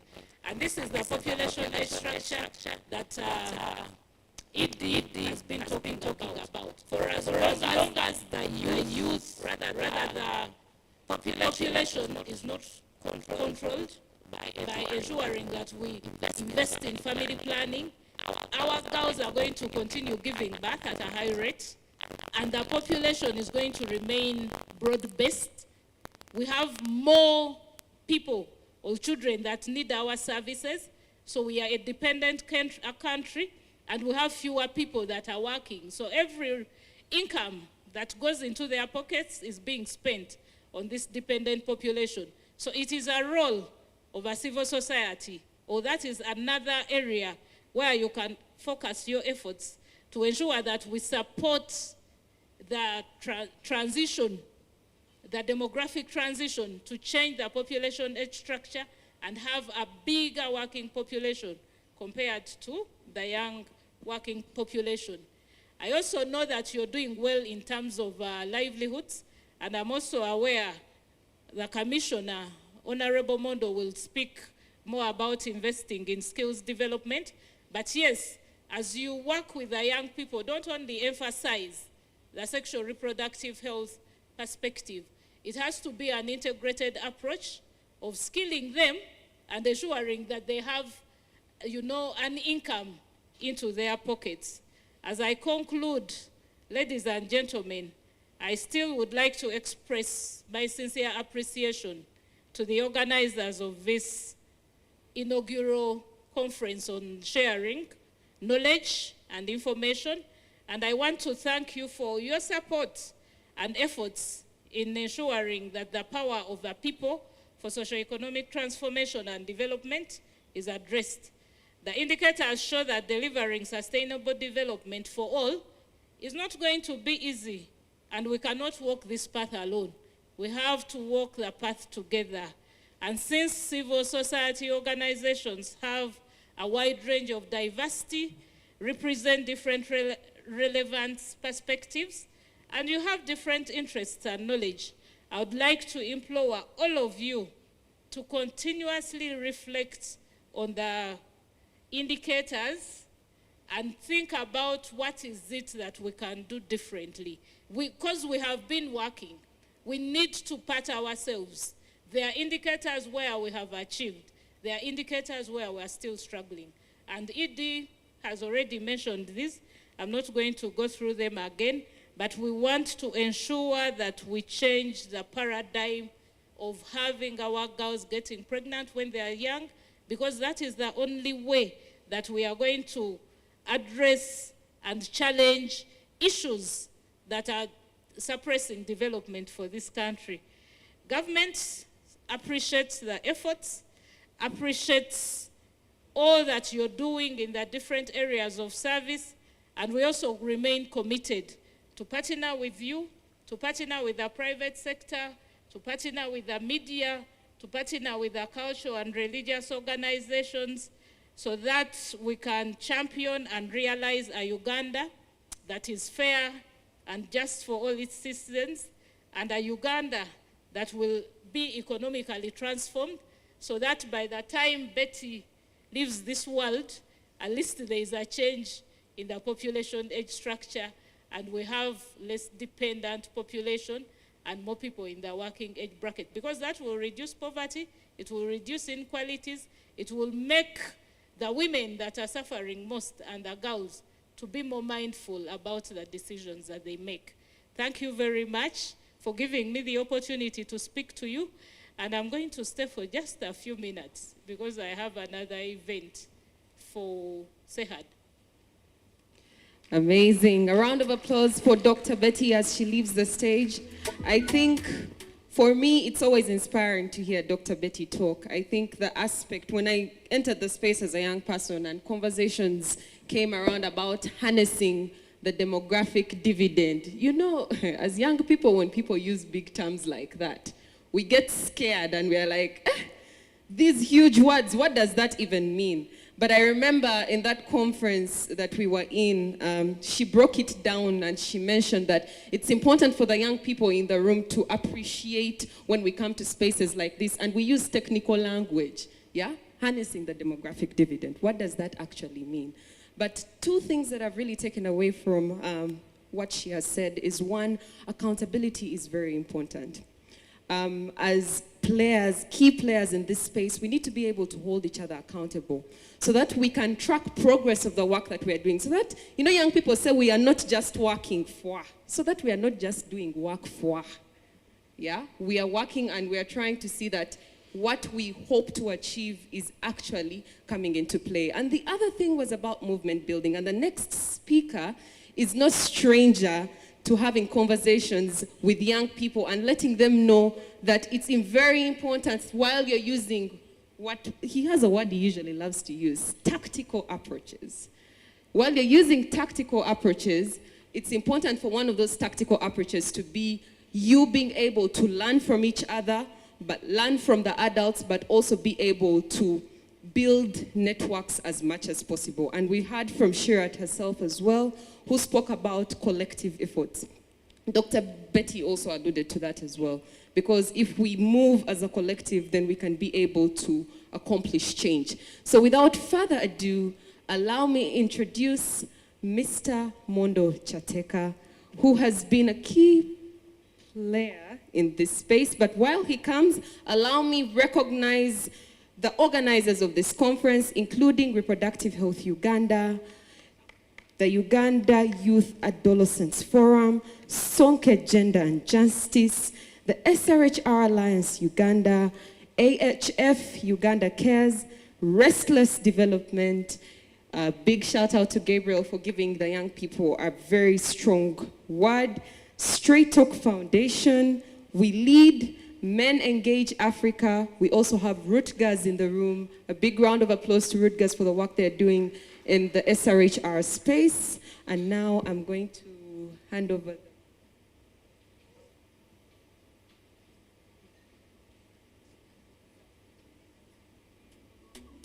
Oh.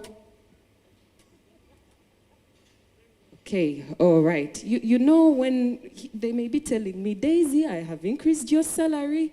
You're no longer earning 500,000. You're going to earn 1 million shillings. So I had to listen to our ED, yeah? Yeah, but yet again, I would also like to encourage you all to follow the conversation on social media. How many of you use social media? By show of hands. Any social media platform? You Piponga, you're behind. No hands going up whatsoever. Let me just go table per table. Do you use social media? Which platform do you use the most? I like using Twitter account, and I'm always on Twitter 24/7. Yes. Did you know that Twitter now transitioned to X? You knew? Okay. This table, which social media platform do you like to use?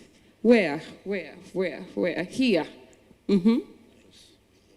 Which one? I use X. You use X. Yeah, so we're having the conversation on social media using the hashtag CSO Conference 2024 and hashtag Youth for SRHR. Please tag Sonke Gender Justice, Reproductive Health Uganda, IASI, UWAF, Men Engage, so that we can be able to follow through the conversations that you guys are having and putting out there on social media. Okay, so before we proceed to Mr. Mondo coming in to give his remarks while he prepares himself, in the room we have an organization that has also strived to create change in the space of sexual reproductive health and rights. And I believe it's very important whenever we can to give platform for organizations like that to tell us more about what their contribution is to the conversation that we're having today. The theme is connecting women, girls, and youth, sharing knowledge to lift CSOs to great horizons of success. And so it's very important that we are able to share best practices, but also be able to learn from each other.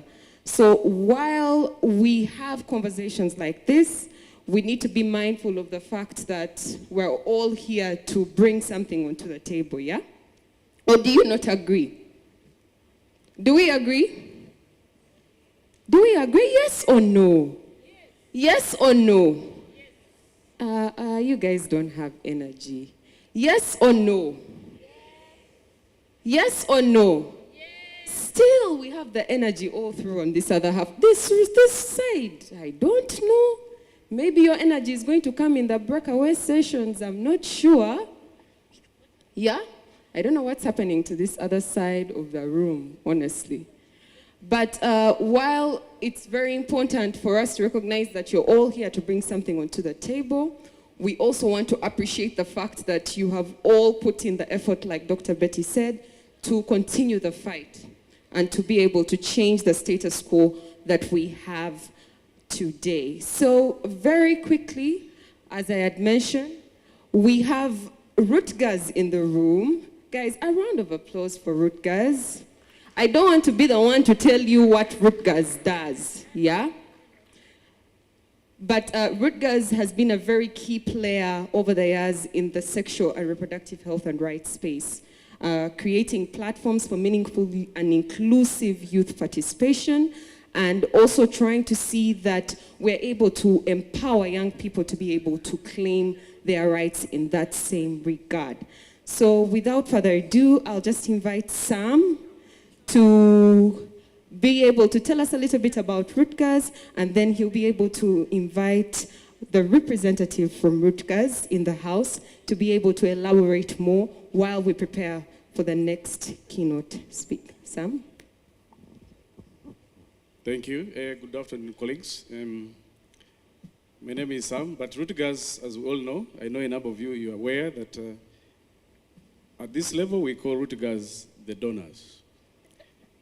Okay, but Rutgers is our international partner who, for example, advocate for us, and we normally get funding from the Dutch Ministry of Foreign Affairs.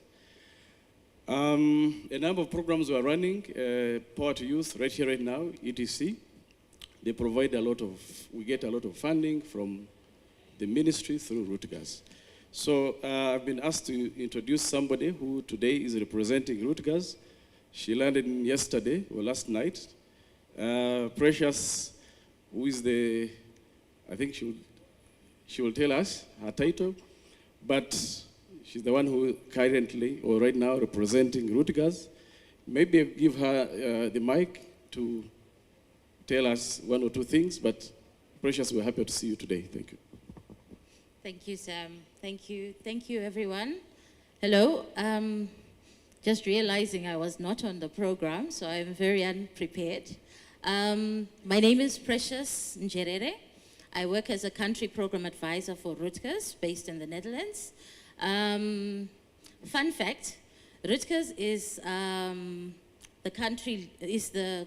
program lead for a program called Right Here, Right Now. And we also implement, alongside Sonke in the Power to Youth program, and another program called Generation Gender.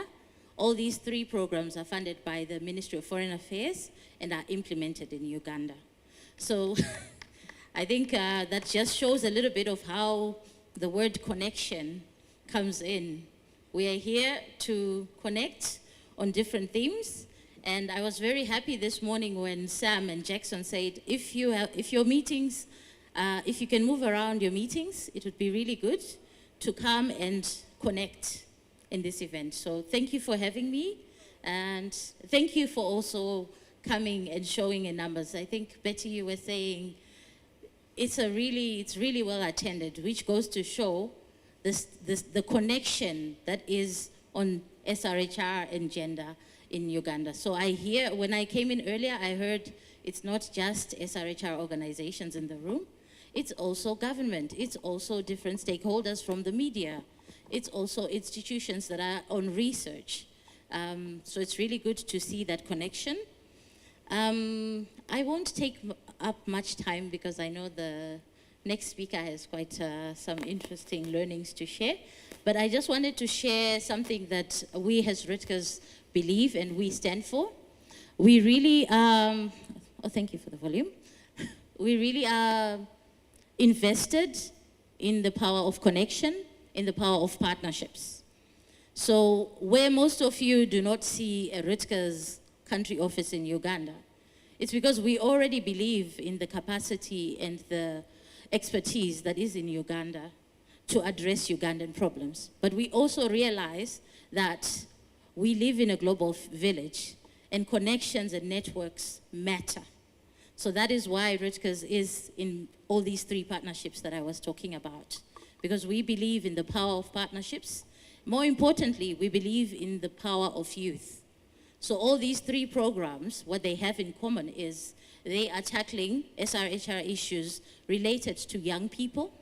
They are tackling issues related to gender-based violence, also looking at young women and young people in those spaces. They are tackling issues of diversity. We believe youth are more than just a name. They are more than just, So we believe in diversity, we believe in inclusivity, we believe in intersectionality. But above all, we also believe in the resilience in the young people. So it's really nice to see the young people in this room take their space, claim their power, and really are at the forefront of the connections. I'm more here to learn and listen.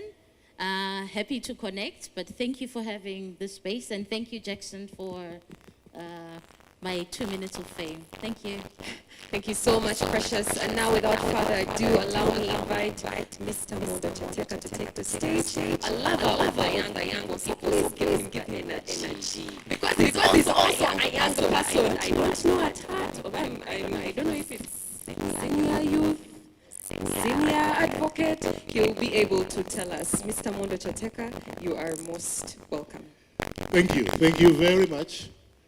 And since the young people have been using this, the old man will use this. Old people, when they are talking to young people, they enjoy sitting down and be able to speak to the young people. And so I like this platform here. I'll sit here and have the conversation with you. We are trying to ensure that there is intergenerational dialogue. So intergenerational dialogue normally takes place when people sit down and they converse at ease. I'll also borrow from the rest of the speakers who came before me to say I'm riding on the protocol already established. I want to bring you very warm greetings from the Ministry of Gender, Labor and Social Development, and I'm happy to be here at the first annual CSO Knowledge Sharing Conference on SRHR as part of a prevent for International Youth Day. You all know, colleagues, that every year we mark and celebrate International Youth Day on 12th every August. This day was designated by the UN Resolution 54-120 to be a day on which we celebrate the potential of the young people, the numerical strength of the young people. And we also take stock on what the young people have done, and we audit our activities as government, the extent to which we are contributing towards the empowerment of the young people. So I'm happy to be in this activity as part of the Prevent for International Youth Day, which will take place in Soroti on Monday, and I'm inviting every person who considers himself a youth, or considers himself a former youth, or he's a father of youth, to be in Soroti on Monday to celebrate with the young people International Youth Day under the theme, Skills Development for Enhancement of Youth Opportunities. Please be there. I would like to appreciate in a very special way the work that civil society organizations are doing to influence the terrain of sexual reproductive health in Uganda. You have been persistent, consistent, and productive, and for that, we thank you massively for doing a good job. We don't take your partnership for granted. As government, we believe in the triple P, private-public partnership, and my senior colleague, Dr. Betty Chadondo, has already alluded to that. There are lots of things we can do when we come together as a group under a partnership. And I liked what my sister from Lutigas said, power of connection, power of partnership. There is power in partnerships. Because I've been telling people that even when God wants to create a rainbow, there must be rain and there must be sunshine, then we can see the rainbow. It doesn't just happen. The power of partnership. It takes rain and sunshine to produce a rainbow. And the Waganda have a saying that Yagali Galumachi. There are very few Waganda here. Dr. Chadon, I've been telling you that your population is, something is happening. Much as the population census showed that, Uganda is not simply getting convinced that you are born in Uganda. If you don't know Uganda and the proverbs in Uganda, then you are not a Uganda according to Mondo's definition.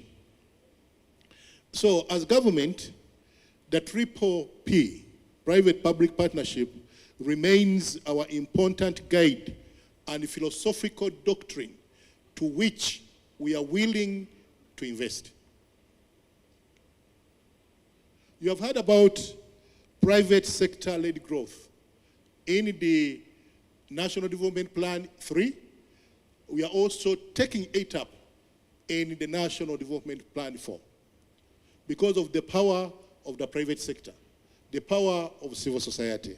And so I want to thank you, my brother Chekweko, and all the people that you work with for cherishing that very powerful doctrine of working in partnership.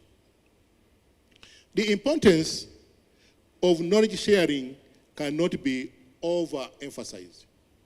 It's one of the ways to deal with duplication. Many times when we work in silos, we duplicate. But it's also a way of garnering the strength of other civil society organizations that sometimes are more excellent than some of us. And so it is important also to avoid resource wastage. Because if you do what somebody else had already done, there's a lot of resource wastage. And so coming here to learn from each other, connecting, the power of connection. And I hate it when I see in such meetings that people coming from the same organization are seated together. then what are you connecting? You need to sit with somebody you don't know so that you get new connections, you get new friends, you learn from them. Utilize these chances to do a better job.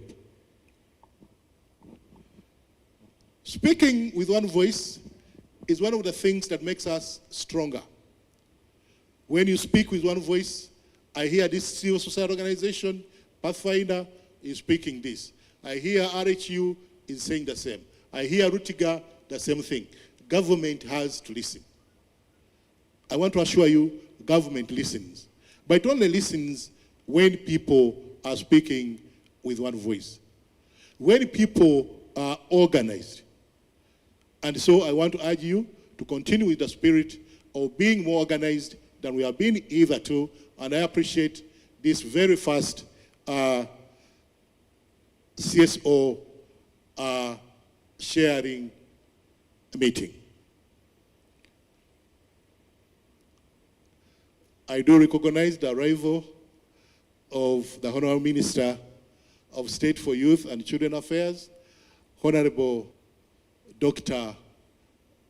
Baram Barugahara Atenyi. Honorable Minister, you are very welcome.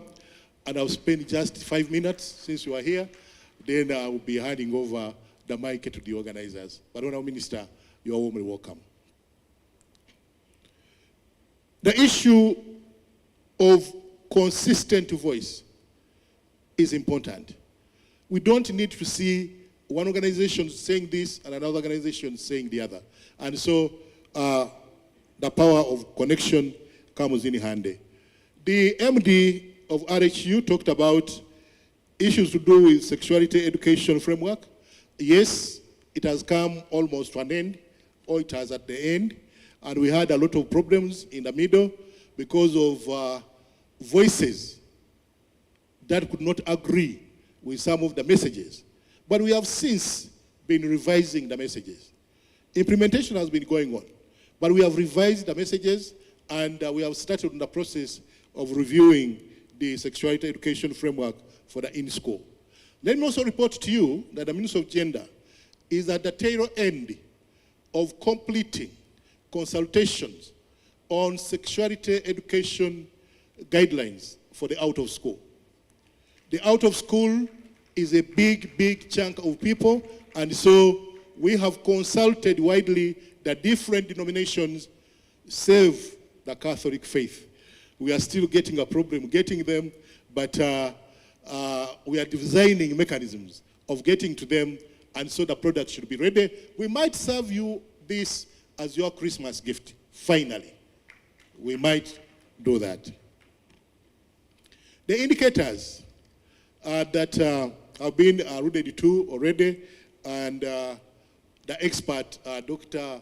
Chadondo, points them out every day, everywhere, and she was happy that people now understand the indicators. I must say they are still bad. They are bad.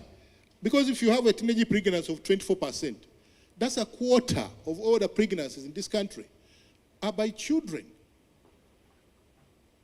When you say teenager, somebody may think that these are big people.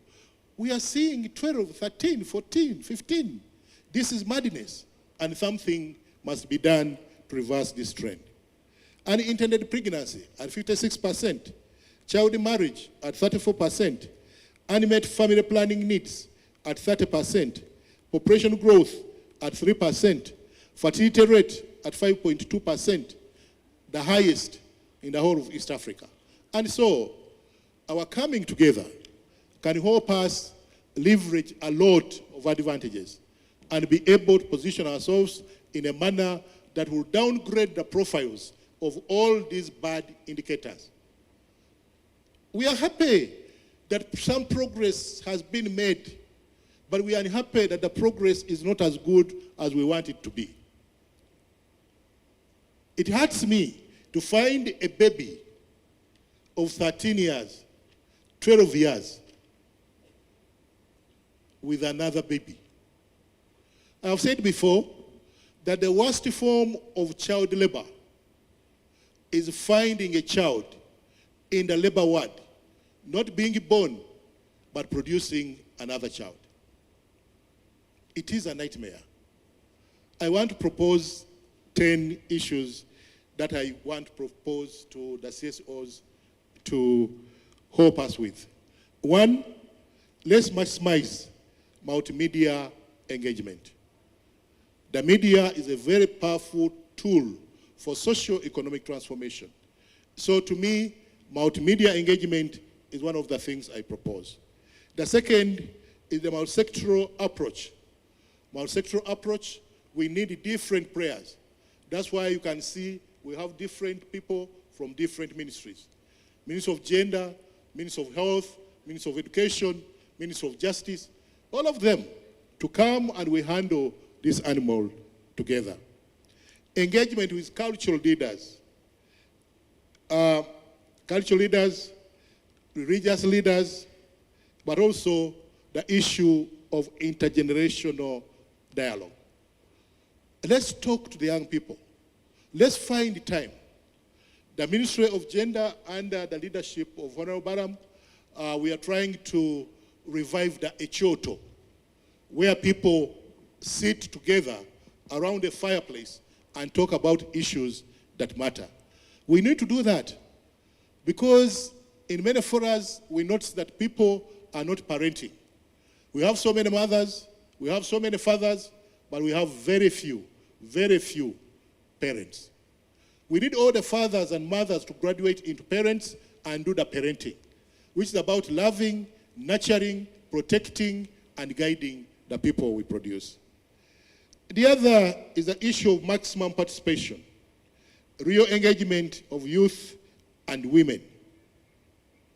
We believe in an asset-based approach to youth programming, where the voices of the young people must influence whatever we do. And if everybody can work with us, then we shall see that we reduce on even issues of mental health. Many young people are running mad because they are not being guided. They are not being loved. They feel they are not being loved. They don't see the parents. We use the term IDPs. We have so many parents who are IDPs, internally displaced parents. Leave very early in the morning, come back at midnight, and the following day the same thing. Internally displaced parents. But we also have another category of parents who are suffering from TB. Too busy. Too busy. How can you be too busy for your own children? How come you are not too busy to produce them? These are issues on which we want to engage, and I want to end by thanking the civil society organizations for bringing us together. Bringing us together to speak with one voice and to do something about the population explosion. I've been telling people that if God himself produced only one child, why do you have to produce 20? Why? Clap if you must clap, please. God, the Almighty, who owns everything, produced only one child. And if there is a religious leader who wants to contest that fact, then you go to the Bible where he says, my only begotten son, Jesus Christ. So I see people suffering, producing 10, and I say, now, oh Fachi, do you have a contractual obligation to fill the world? And they take me to Genesis 1:28, where God said, go multiply and fill the world. But they don't go further to look at the other sentences that follow and have dominion over the fish in the water, over the birds in the air. So if you don't have dominion over even one bird, why do you produce more than you can feed? I want to thank you so much for having invited me to speak to you, and I look forward to continue the engagement as a ministry. I'm happy that my minister is here, and you know when your boss is around, you don't say so many things, you can make a lot of mistakes. I want to thank you once again. May God bless you.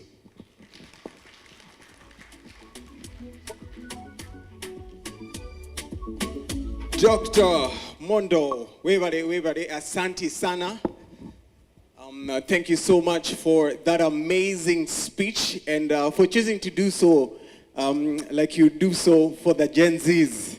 Such a pleasure to have remarkable people within our midst. Like we did say earlier, we do have people representing different organizations. Yes, of course, we do have people representing the youth.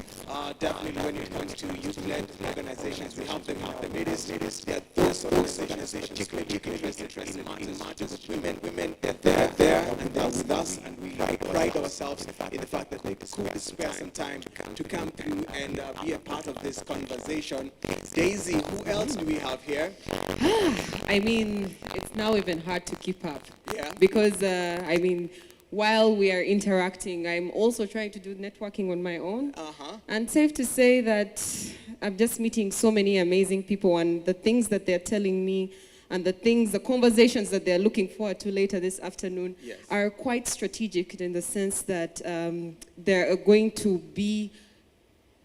bring change to this room. Nice. And I think there is power in that. There is power in community, there is power in the culture, and obviously what we're trying to build as CSOs, definitely. I really love to appreciate every single one of you for choosing to be a part of this conference, the very first one. So it means a lot. I see people from faith-led organization, people from, the private sector, and obviously from government as well. Definitely. And now that we are also with our guest of honor in the room, I mean, I think it's wise that we listen to him, because the position that he holds really holds a lot of power to influence change and also inspire young people to also aspire their fellow young people. Yes. So without further ado, I'd like to invite back Miss Dr. Mondo Chateka so that he can be able to do the honors and welcome our guest of honor to have a conversation with us and dialogue with us on important matters. Doctor?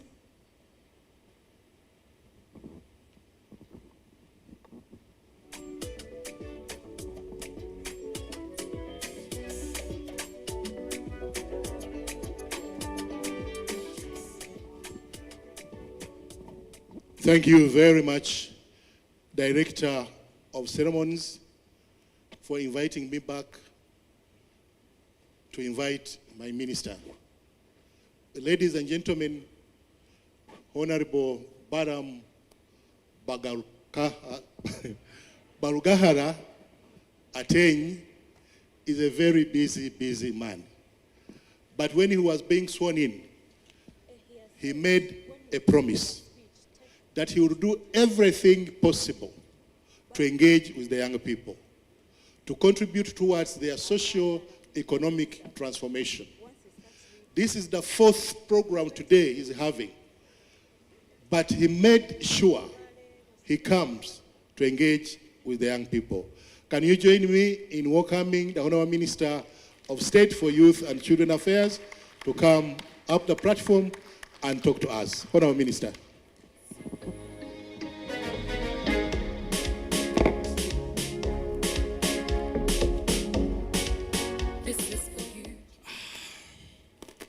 I'm glad to join you.